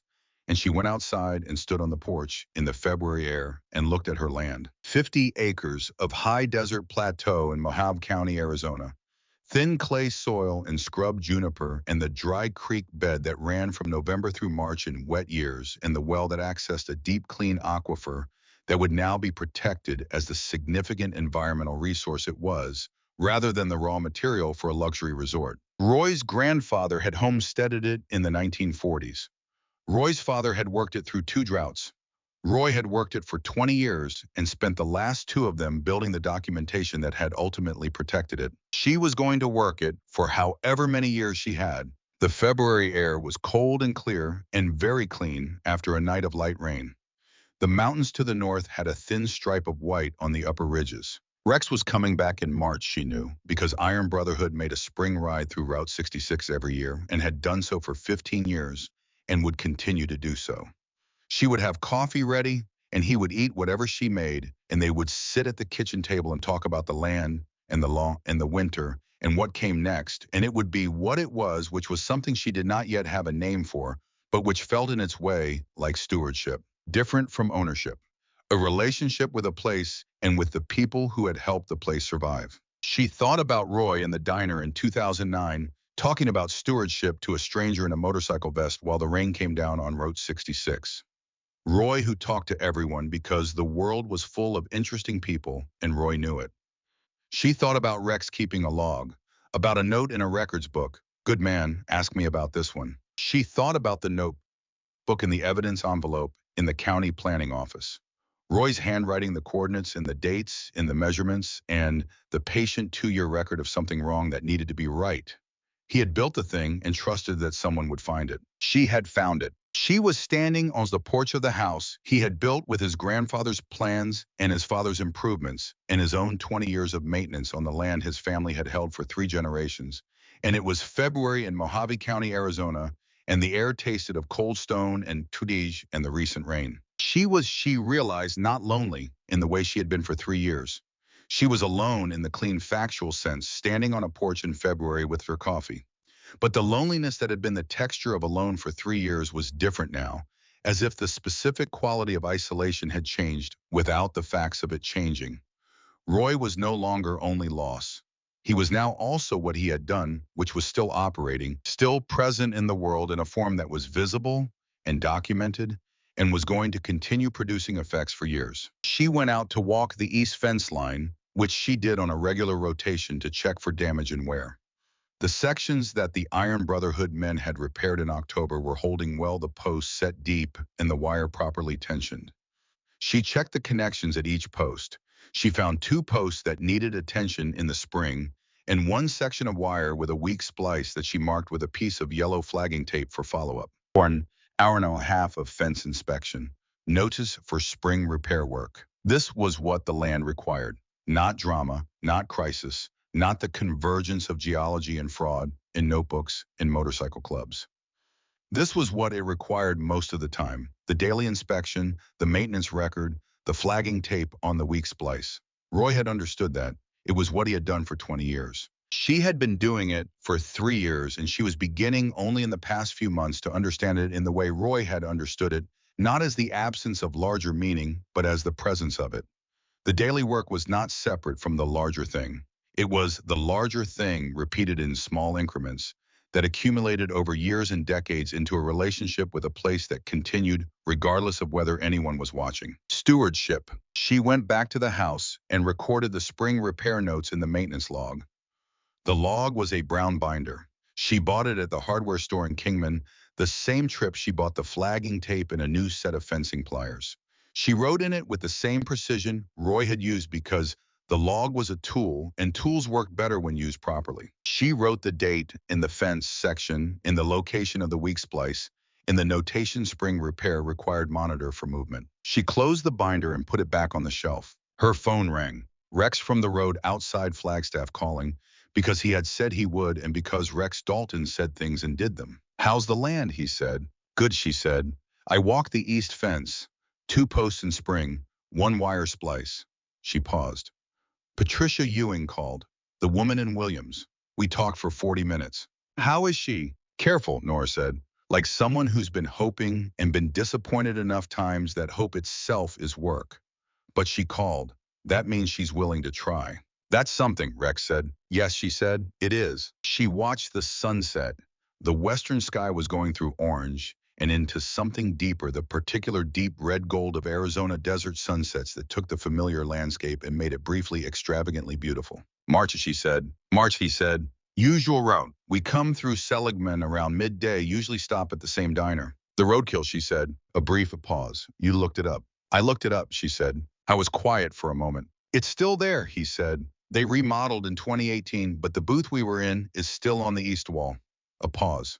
Second from the window. She thought about Roy in that booth in 2009, talking about stewardship to a stranger in a motorcycle vest while the rain came down on Route 66. I might drive up, she said, in March for the ride-through. She had not decided this before she said it. She heard herself say it and found it accurate. Yes, Rex said. He said it without ceremony. as if it had already been decided and they were confirming it. It's what Roy would have done, she said. He went to Seligman every few years. He liked that stretch. I know, Rex said. He told me. She smiled again. The real one. March, she said. March, he said. She put the phone down and went to the kitchen table and sat. The sunset was past its peak, now the color fading the sky going from the deep red gold to a quieter orange, and then to the thin violet that preceded full dark. She took out Roy's notebook, her copy, and opened it to the back page where she had written her entry. Below what she had written earlier, she wrote one more line. She wrote March, going to Seligman. She thought for a moment. Then below that she wrote, the land is still here. So are we. She put the notebook away. She made dinner. She ate at the kitchen table with the maintenance log and Roy's mug in the dish rack and the copy of Rex's log entry from 2009 that she had put on the kitchen windowsill where she could see it from the table. Good man. Ask me about this one. Roy had been a good man. She had known that for 26 years. It was something to be known by the right people for the right reasons. It was something to have built the thing that protected the people you loved even when you weren't there to see it work. She finished dinner and washed her dishes and turned off the kitchen light and went to bed and she slept. In the morning, the land was exactly what it had always been, what it had been for 3 generations of Vances and what it would continue to be. She went out to start the day. There was always something that needed doing. She had learned that from Roy, who had known it from his father, who had known it from his father before him, and who had homesteaded this 50 acres of high desert plateau in Mojave County, Arizona in the 1940s with tools he made himself and the specific kind of commitment that does not require witnesses or documentation or the knowledge that it will be remembered. It just requires showing up every morning and doing the next thing. The next thing was a fence post on the north boundary that had been shifting since November. And after that, the generator oil that needed changing before the cold months. And after that, the 100 small maintenance tasks that keeping 50 acres required and that she had been learning to do and was still learning and would continue to learn for however many years she had. She put on her work jacket and her boots and went out the back door and crossed the yard toward the north fence in the February morning, and the land received her the way it had received 3 generations of her husband's family before her, with the complete indifference of a place that will be here regardless, and with the specific, quiet responsiveness of a place that knows when it is being cared for. She walked the fence line. She noted the post. She came back to the house and wrote it in the log. She was still here. The land was still here. That was, she had come to understand enough. It was more than enough. It was everything. The February of that year was colder than usual for Mojave County. The kind of cold that arrived in waves, a few days of near warmth, followed by a night that dropped to single digits and left a skin of ice on the water troughs and made the mud along the creek bed crack into patterns like old pottery. Nora had grown up in Phoenix, where February meant the beginning of tourist season and the first hints of warmth, and she had spent years learning that high plateau February was its own specific thing, requiring its own specific preparations. She had learned to prepare. She had learned a great many things in the 3 years since Roy died, most of them practical. She had learned which pipes froze first and which ones held. She had learned that the generator preferred clean oil changed on a specific schedule and that ignoring that schedule produced consequences at the least convenient possible times. She had learned the particular sound the well pump made when it was drawing from the lower level of the aquifer in a dry year versus the fuller sound when the water table had recovered. She had learned to read the land the way Roy had read it, not all at once, not with the comprehensive fluency that came from 20 years, but with growing competence. With the accumulating knowledge of someone who had decided to stay. Staying was a decision she made continuously rather than once. She had understood this about Roy's relationship with the land without being able to articulate it until after he was gone. Roy had not made one decision to homestead and maintain his grandfather's property. He had made the same decision thousands of times every morning when he got up and went out to do what needed doing every time the equipment failed, or the weather was wrong, or the economics of small-scale ranching pressed against the mathematics of what was actually possible. He had chosen to stay every single day, and the accumulation of those choices was what the land held now in its fences, in its well, in its family plot, in the tool bench in the workshop, where the socket wrenches hung in the order Roy had put them. She was making the same decision. One morning in late February, she was at the workshop door with her coffee, watching the light come across the land when her phone rang. It was Marcus Webb. I wanted you to know before the press release goes out, he said. The state grand jury returned a true bill on all 11 counts against Burke Hollister. He's going to trial. She had known this was coming. The grand jury process had been moving steadily since January. Knowing it was coming did not fully prepare her for the specific sensation of hearing it. All 11, she said, including the criminally negligent homicide in connection with Gil Reyes, Webb said. The AG's investigator found communications between Hollister and a man named Deke Sullen going back to several weeks before Reyes' accident. The communications are indirect enough that his attorneys are going to fight the charge, but it's in the indictment. A pause. Your husband's survey data is referenced in the fraud counts as foundational evidence. She thought about Gil Reyes, a contractor who had been doing his job and had died for it, a man whose family had spent 6 years knowing something was wrong and being unable to prove it. His family, she said, does anyone know? The AG's office contacted them last month, Webb said. There's a civil suit being filed separately from the criminal case. The outcome of the criminal trial will affect the civil damages. He paused. I spoke with his wife. She said she was grateful that someone had finally found what Gil had been trying to say. She stood at the workshop door and looked at her land. Roy's bore hole coordinates, Roy's well measurements, Roy's patient 2-year record of a geological discrepancy that he had not known was also connected to a man's death. He had not known. He had been protecting his land and documenting a fraud, and had not known the full weight of what he was building until it was already built. She wondered sometimes if he would have done it differently if he had known. If knowledge of the full scope of what Hollister was capable of would have made him more cautious, more afraid, more inclined to protect himself by staying quiet. She did not think so. Roy had been the kind of man who kept going because keeping going was what the situation required, and the situation requiring it was sufficient reason.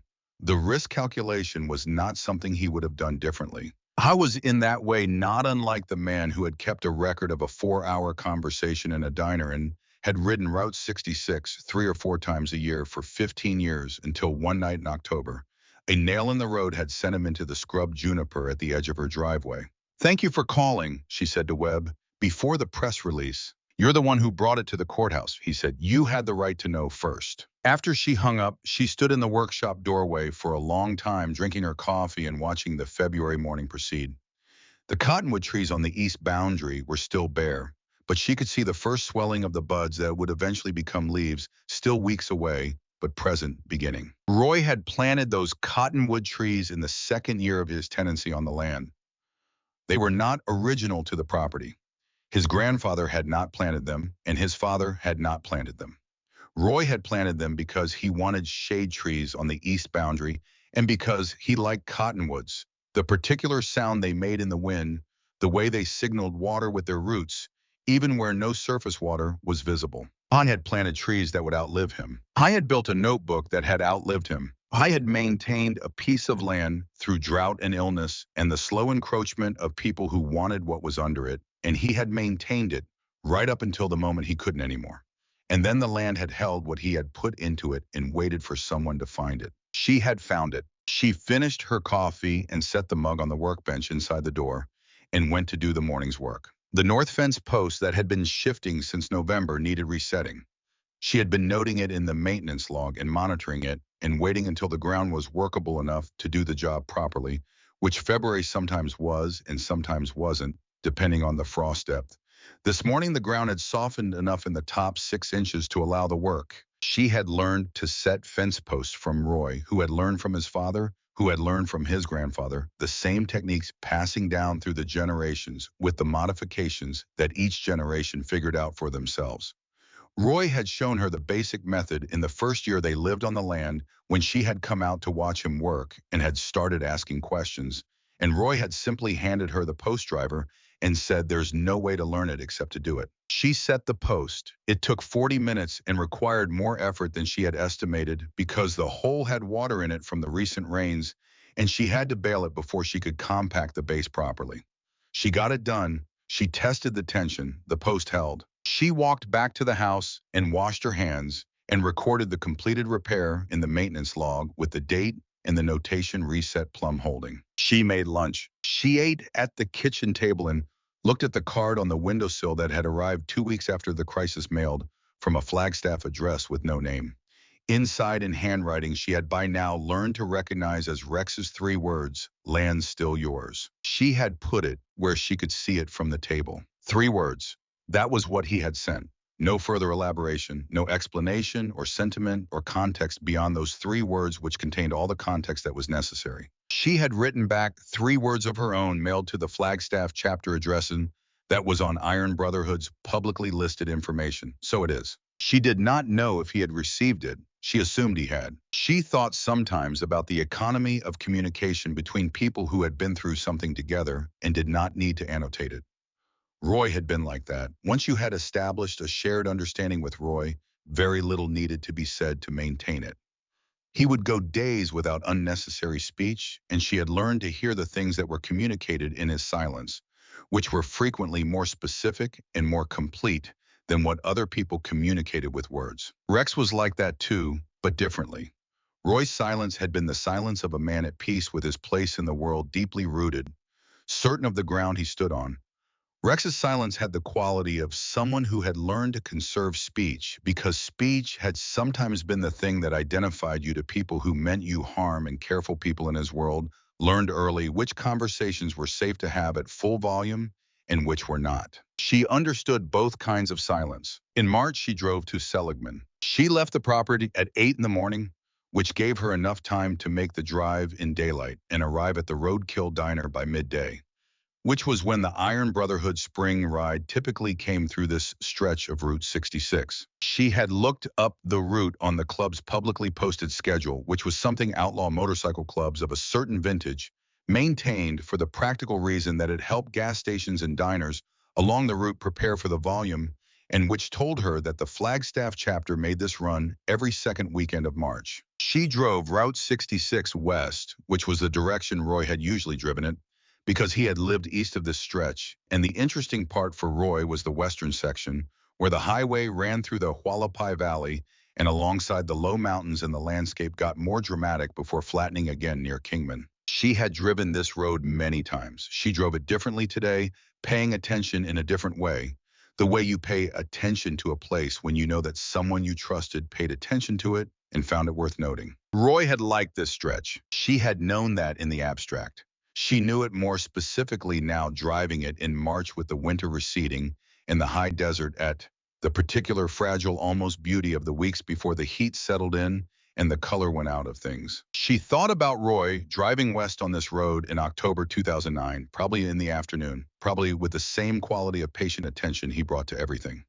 She thought about him seeing the rain coming and pulling into the Roadkill Diner and finding a booth and settling in for what turned out to be 4 hours and talking to whoever was around, which was always what Roy did when he was somewhere for an extended time, because the world was full of interesting people. She thought about Rex on the other side of that booth, a man who had never stayed in one place longer than 3 years and who had asked Roy to explain what it was like to be the third generation on a piece of ground. She thought about Roy explaining it. She thought about the word stewardship. The Roadkill Diner was on the north side of Route 66 in Seligman, a building that had been there in various forms since the 1950s, and that had the weathered, comfortable quality of a place that had decided to be exactly what it was and had no plans to become anything else.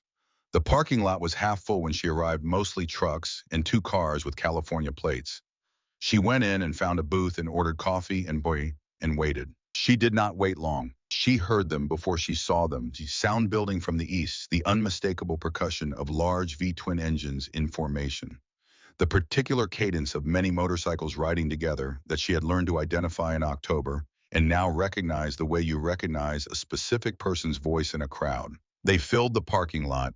She watched through the window as the riders got off their bikes and stretched and talked and began moving toward the diner, and she picked Rex out of the group without difficulty, which was partly because of his height and partly because of the specific way he moved, the deliberate, unhurried quality she had cataloged over 36 hours in October. He came in, he saw her in the booth, and came over and sat across from her without ceremony, the way you sit across from someone you have been expecting. The booth was the second from the window on the east wall. They sat there, and the diner filled with Iron Brotherhood, and the noise level rose pleasantly, and the waitress came by, and they ordered, and the coffee came, and they drank it. "How's the shoulder?" she said. "Better," he said. "You've been doing the exercises the doctor prescribed," she said. It was not a question. "Most of them," he said. "Rex, all of them," he said. She looked at him.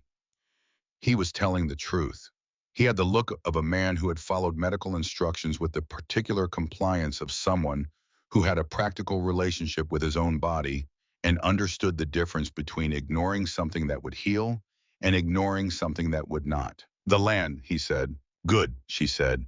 "March is good. The spring work is starting. I'm going to need to look at the grazing lease with Hector in the next few weeks. The terms are due for renewal, and I think the rate needs to go up." She paused. "Webb filed in 2 more counties last month. One of them already has an administrative hold on a Plateau Holdings property transaction." "The Coconino case," Rex said. "Patricia Ewing." "She called again last month," Nora said. "She's working with Webb. There may be a path to contesting the original transaction." She drank her coffee. "She's still careful, but less careful than she was in February." Rex nodded. He looked out the window at his people in the parking lot, some of them standing by their bikes, some of them heading into the diner, the easy distribution of a group comfortable with itself. "I kept thinking about what Royce said," Rex said, "in this diner, about the land being a relationship." "He believed that," Nora said. "I was right," Rex said.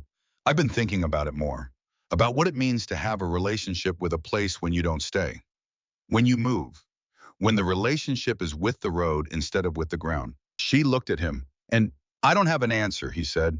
"I've been thinking about it, and I don't have an answer yet, which is unusual for me." He looked at his coffee. Roy seemed like a man who was comfortable not having answers yet. "I was," she said. "He would sit with a question for years if the question deserved it." "That's a different way of operating than I'm used to," Rex said. "It grows on you," she said. He looked at her. The diner was full of Iron Brotherhood, and the noise was considerable.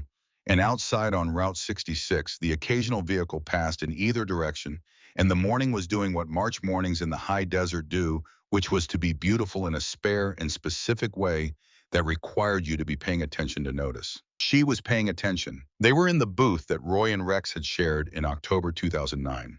She had not planned this consciously sitting here specifically. She had sat in the first available booth when she came in.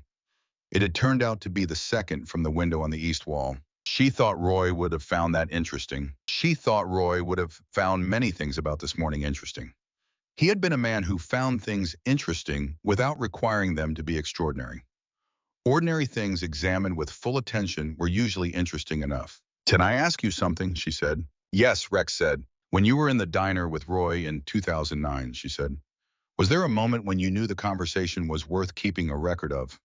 Or did you know it afterward?" Rex thought about this with the seriousness he brought to questions worth taking seriously. During when he said, finally, there was a moment when he was explaining the water table.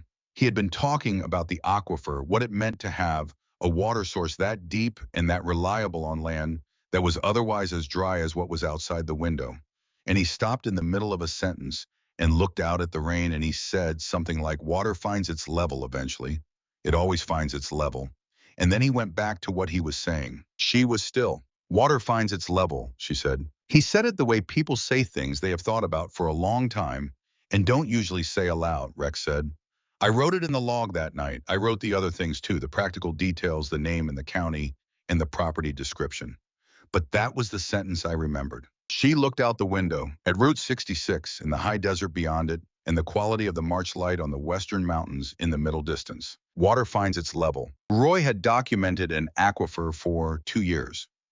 He had followed the water table with the patience of someone who understood that water did not operate on human timelines, and that the relevant measurement was not what the water was doing today, but what it had been doing consistently over time. I had found the level. It had found its level eventually in an evidence envelope in the Mojave County Planning Office, in Webb's formal complaint, in the AG's indictment, in the permanent protection of the resource that Hollister had been trying to drain. Water finds its level. She thought Roy would have liked knowing that the sentence had outlived him, that Rex had written it in a log in Flagstaff in October 2009 and had carried it forward 15 years until it could be returned to the person who needed to hear it. "Thank you for telling me that," she said. Rex said nothing. He drank his coffee. They sat in the booth while the diner noise moved around them, and the March morning outside the window continued to be what it was. And the booth held them, the way booths in old diners hold people with the undemanding, accommodating quality of a surface that has held many conversations and has no opinion about any of them. She did not have a word for what this was. She was not looking for one. She had spent 3 years in the high desert learning that some things were more accurately perceived when you stopped trying to name them and simply let them be what they were. She thought it was something like what Roy had described, a relationship, different from ownership, different from the transactional quality of things you acquired and used and discarded. A relationship with a place or with a time or with a particular combination of people and circumstances in history that produced a specific morning in a specific booth in a diner on Route 66 in March. She was grateful for it. She was grateful for Roy, who had planted trees and kept a notebook and talked to strangers in diners about what it meant to stay in a place. She was grateful for Rex, who had kept a log and ridden Route 66 for 15 years and shown up when it mattered with 54 people and a lawyer, and the specific competence of someone who knew what needed doing and did it. She was grateful for the land which had held what Roy put into it and waited for her to find it. She was grateful for the February morning when she had opened the cardboard box at 3 a.m. and found at the bottom of it the brown leather notebook with Roy's handwriting in it, precise and small and still. She was grateful for all of it. The conversation in the booth wound through the practical things, the legal case, the spring work on the fence lines, the grazing lease renewal, the status of Patricia Ewing's case in Coconino County. It wound through some things that were harder to categorize, what it meant to maintain a relationship with a place when you were new to it, as she was, versus when you had been there for generations as Roy had been. Whether the relationship could be transferred or whether it had to be built from the beginning each time. What Roy had meant when he said the relationship continued regardless of whether anyone was watching. Rex listened more than he talked in this portion of the conversation, which was consistent with what she had observed in October. He asked questions and listened to the answers with the full quality of attention she had come to associate with him. He did not rush to fill the spaces. He let things develop at their own pace. She thought about what it would mean to have this conversation again in a year, in 5 years. She thought about the spring ride coming through every March, the Iron Brotherhood making their run along Route 66 toward Kingman and back. She thought about the diner being there as it had been there since the 1950s, occupying its particular place on the north side of the highway with no plans to become anything else. She thought about the second booth from the window on the east wall. She thought it would be there. She thought she would be there. The morning moved toward noon. The Iron Brotherhood began to move the particular distributed motion of a group organizing for departure. The conversations wrapping up the riders, drifting back toward their bikes. The specific choreography of a large group that had done this many times and knew the timing. Rex paid the check for all of them, which produced from the waitress the particular expression of someone doing math on a very large ticket, and he left a tip that produced a different expression entirely. He walked with Nora to her truck. The parking lot was busy with the departure of 52 motorcycles preparing to continue west on Route 66 toward Kingman. The sound of engines starting made conversation difficult, which was all right because what needed to be said had been said inside over coffee, and what did not need to be said did not need to be said at all. He stood at the driver's door of her truck. "March is good," he said. "Yes," she said. She got in. She rolled the window down. "Drive carefully," she said. "The ribs." "The ribs are fine," he said. "Rex." "They're significantly improved," he said, the corner of his mouth. She looked at him in the March morning light. This man who had come off Route 66 in a dust storm in October and had stayed long enough to change the specific weight of everything that followed. "Roy would have liked you," she said. I was quiet for a moment. "I think I would have liked him," he said. She started the truck.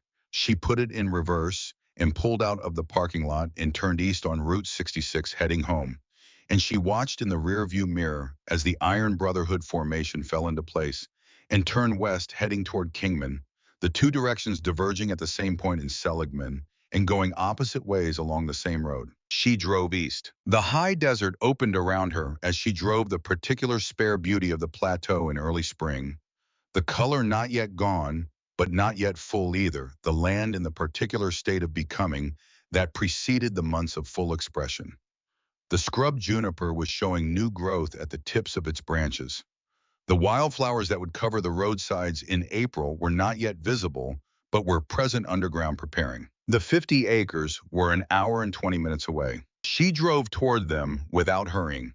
The way Roy had driven this road with the patient quality of someone who was not anxious about the destination because the destination was certain. The land would be there. She would be there. The morning would continue into afternoon, and the afternoon into evening, and the evening into the next morning, and she would do the fence work and the generator oil and the grazing lease and the 100 small tasks that keeping 50 acres required, and she would record them in the maintenance log with the date in the description and the notation of what had been done, and the log would accumulate the way Roy's log had accumulated entry by entry over years, into a record of sustained attention to a specific piece of ground. She would call Cassie on Sundays. She would answer Patricia Ewing's calls when they came. She would follow the legal case through the trial that Webb said would likely happen in the fall. She would make coffee every morning and drink it at the kitchen table with a card from the windowsill, and Roy's mug in the dish rack, and the maintenance log open to the current month. She would walk the fence lines on the rotation Roy had established. She would keep the well running. She would be here. The land came into view when she crested the last rise, the familiar geometry of her 50 acres spreading out below her in the morning light.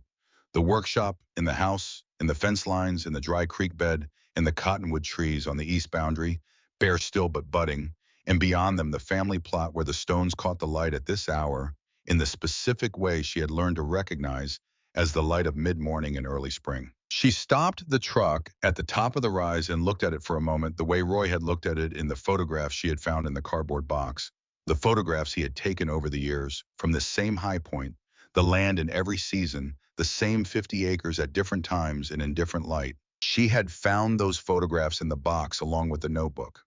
She had put them in the top drawer with the other important things. Roy and his photographs, Roy and his notebook, Roy and the sentences Rex had carried forward for 15 years. Roy and the land itself in everything he had built and maintained and left for her to find and continue. She put the truck in gear and drove down toward home. The cottonwood trees along the east boundary were the particular gray-brown of late winter bark, but at the tips of the higher branches, she could see the faintest green, beginning the first suggestions of the leaves that would come in April, and that would make the particular sound she had come to love, the specific dry rattling of cottonwood leaves in the high desert wind, the sound that meant the water table was close and the trees had found it. Water finds its level. She drove down the access road and parked in the yard and got out and stood for a moment in the March air, which smelled of cold earth and sage and the faint mineral smell of the stone formations to the north. She went inside. She put her jacket on the hook by the door. She put the kettle on. She opened the maintenance log to March and picked up her pen. She wrote the date.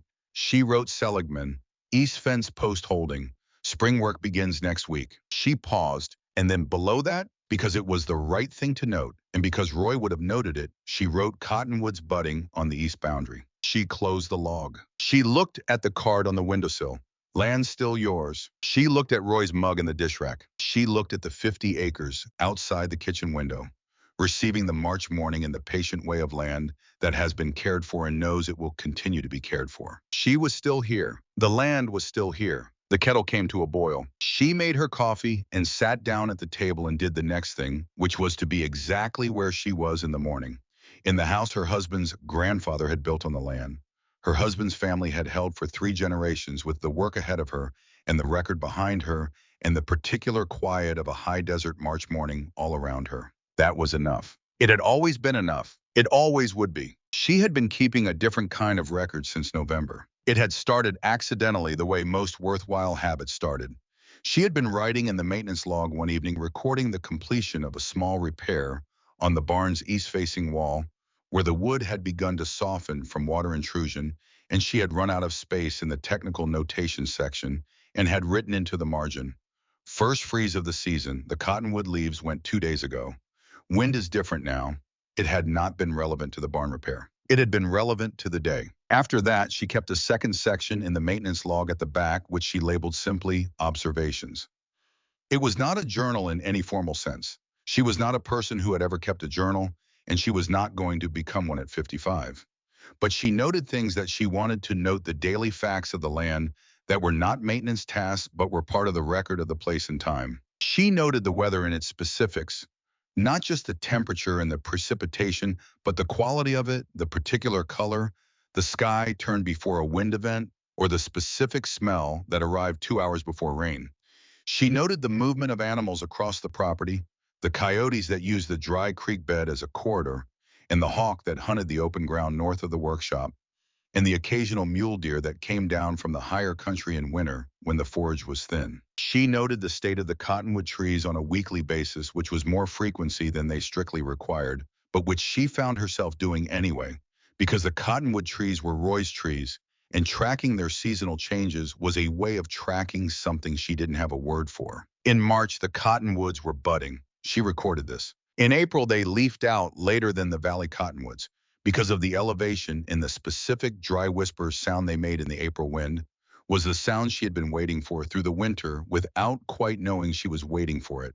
She recorded this too. She recorded the date in April when she renewed the grazing lease with Hector at the adjusted rate, which Hector accepted without negotiation because he was a fair man who understood that fair rates were in his long-term interest, and the date in April when the spring wildflowers came in along the north fence line later than she had seen them in previous years, because the February had been particularly cold and had held the ground down. She recorded the first conversation she had with Patricia Ewing after the Coconino County administrative hold was confirmed and the possibility of contested recovery became a concrete legal path rather than a theoretical one.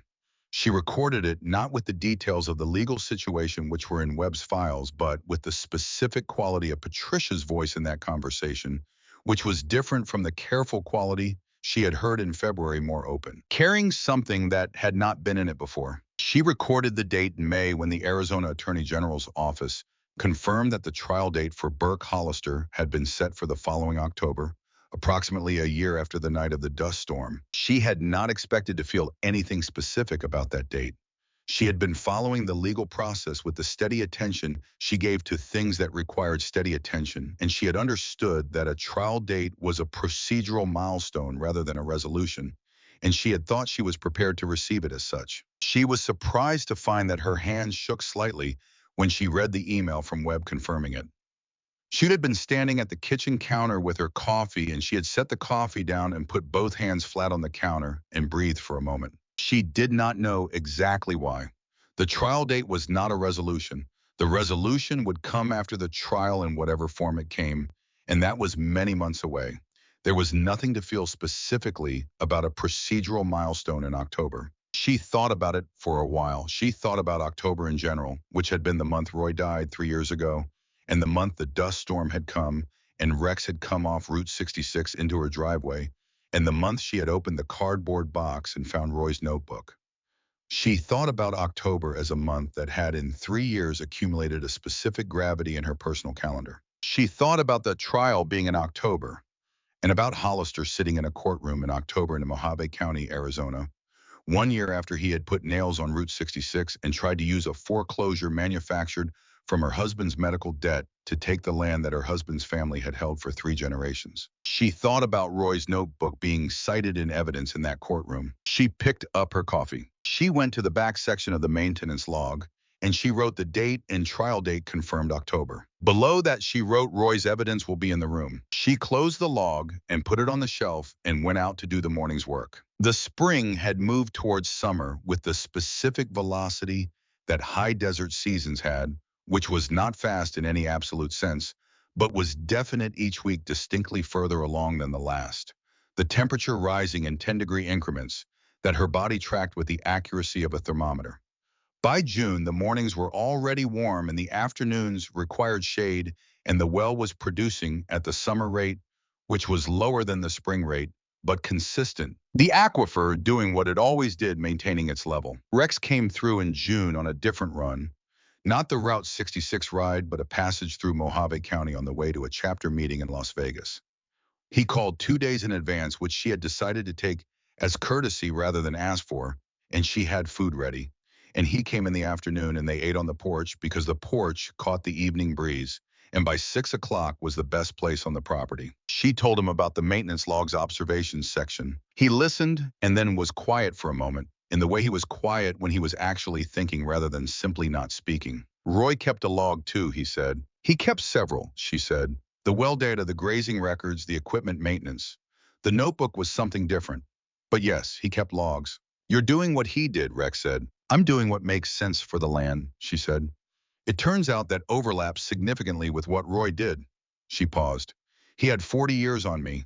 I'm going to be catching up for a long time. Rex looked at the cottonwood trees on the east boundary, which in June were in full leaf, the specific shimmering dense green of a cottonwood that has found its water table and is using it.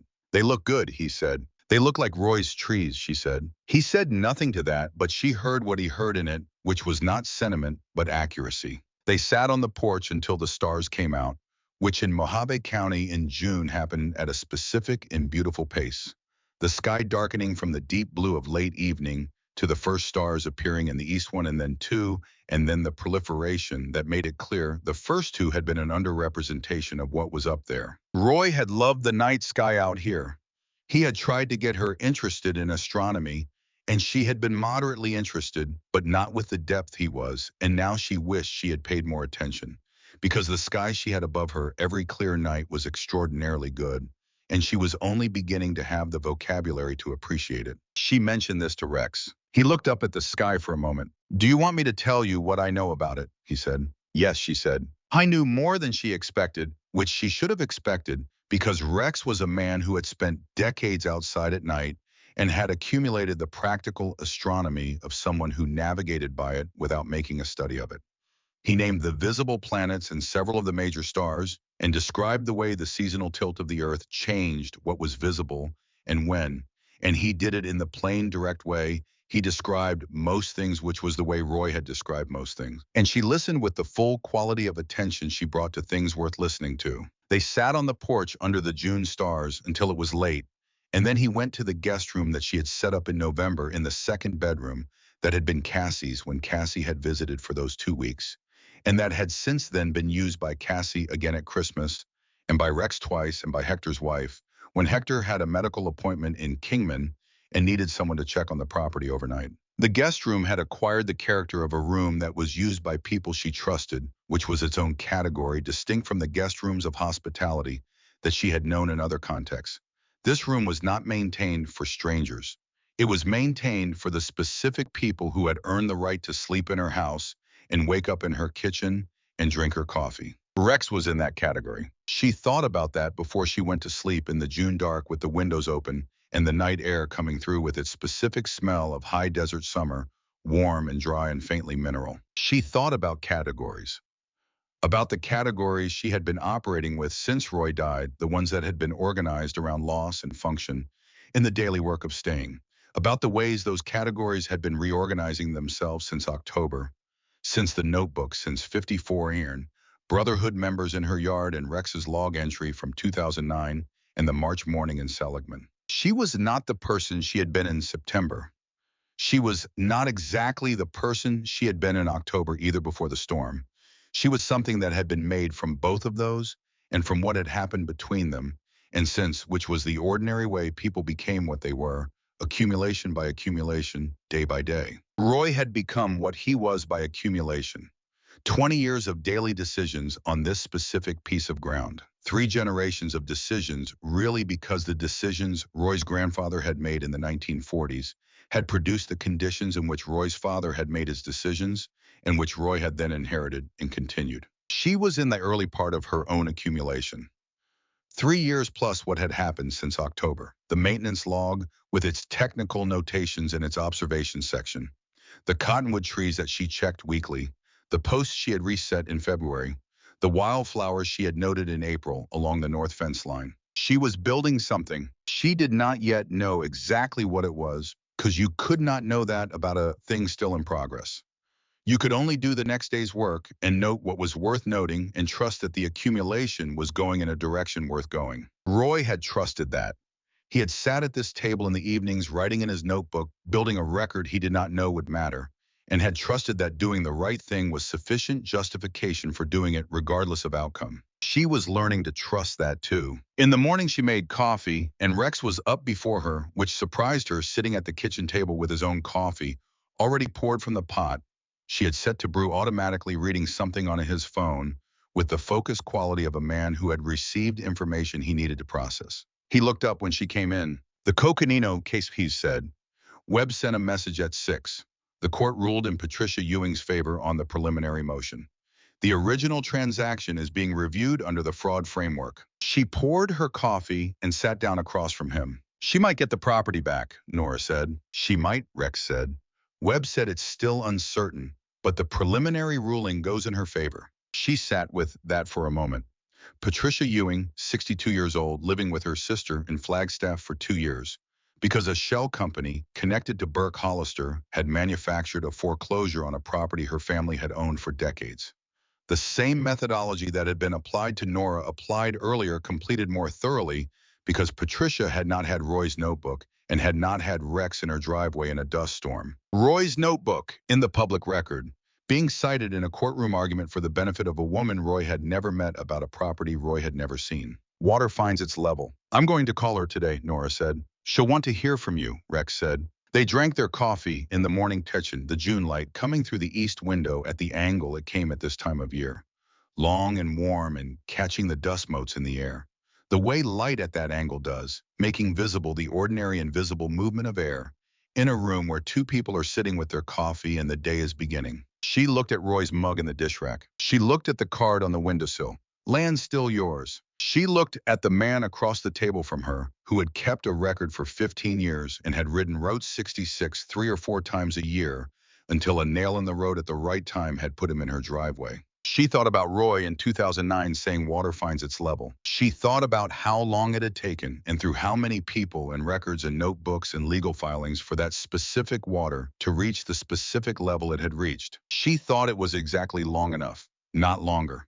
Exactly as long as it needed to take to arrive in the form it needed to arrive in. March was good, she said. Rex looked at her. Yes, he said. Next March, she said, same booth. Same booth, he said. She got up and refilled both their coffees, and they sat at the table while the June morning continued to arrive outside the windows of the house Roy's grandfather had built in 1940-something on the 50 acres of Mojave County high desert that was still and would continue to be exactly where it had always been. She was still here. Roy was still here in every practical sense that mattered in the notebook, in the cottonwood trees, in the log entry Rex had kept in the maintenance records. She was continuing in the survey data that was moving through the courts of 5 Arizona counties, doing what Roy had intended it to do. The land held what you put into it. Roy had put 30 years into this land and the land was holding it. She had put 3 years in and she was going to put 30 more and the land would hold those too. She drank her coffee and looked out the kitchen window at the 50 acres that were hers, that had always been hers in the way that a place becomes yours when you commit to it fully and completely and without reservation, the way Roy had committed to it and the way she had committed to it in October, when she had opened the cardboard box and found the notebook and understood that the commitment was not just hers, but continuous, spanning generations, belonging to everyone who had ever worked this ground and would belong to everyone who ever would. She was in the middle of that. She picked up her pen and opened the maintenance log to the observation section. She wrote the date. She wrote clear, warm, cottonwoods in full leaf, good coffee, good company. She closed the log. She went out to start the day.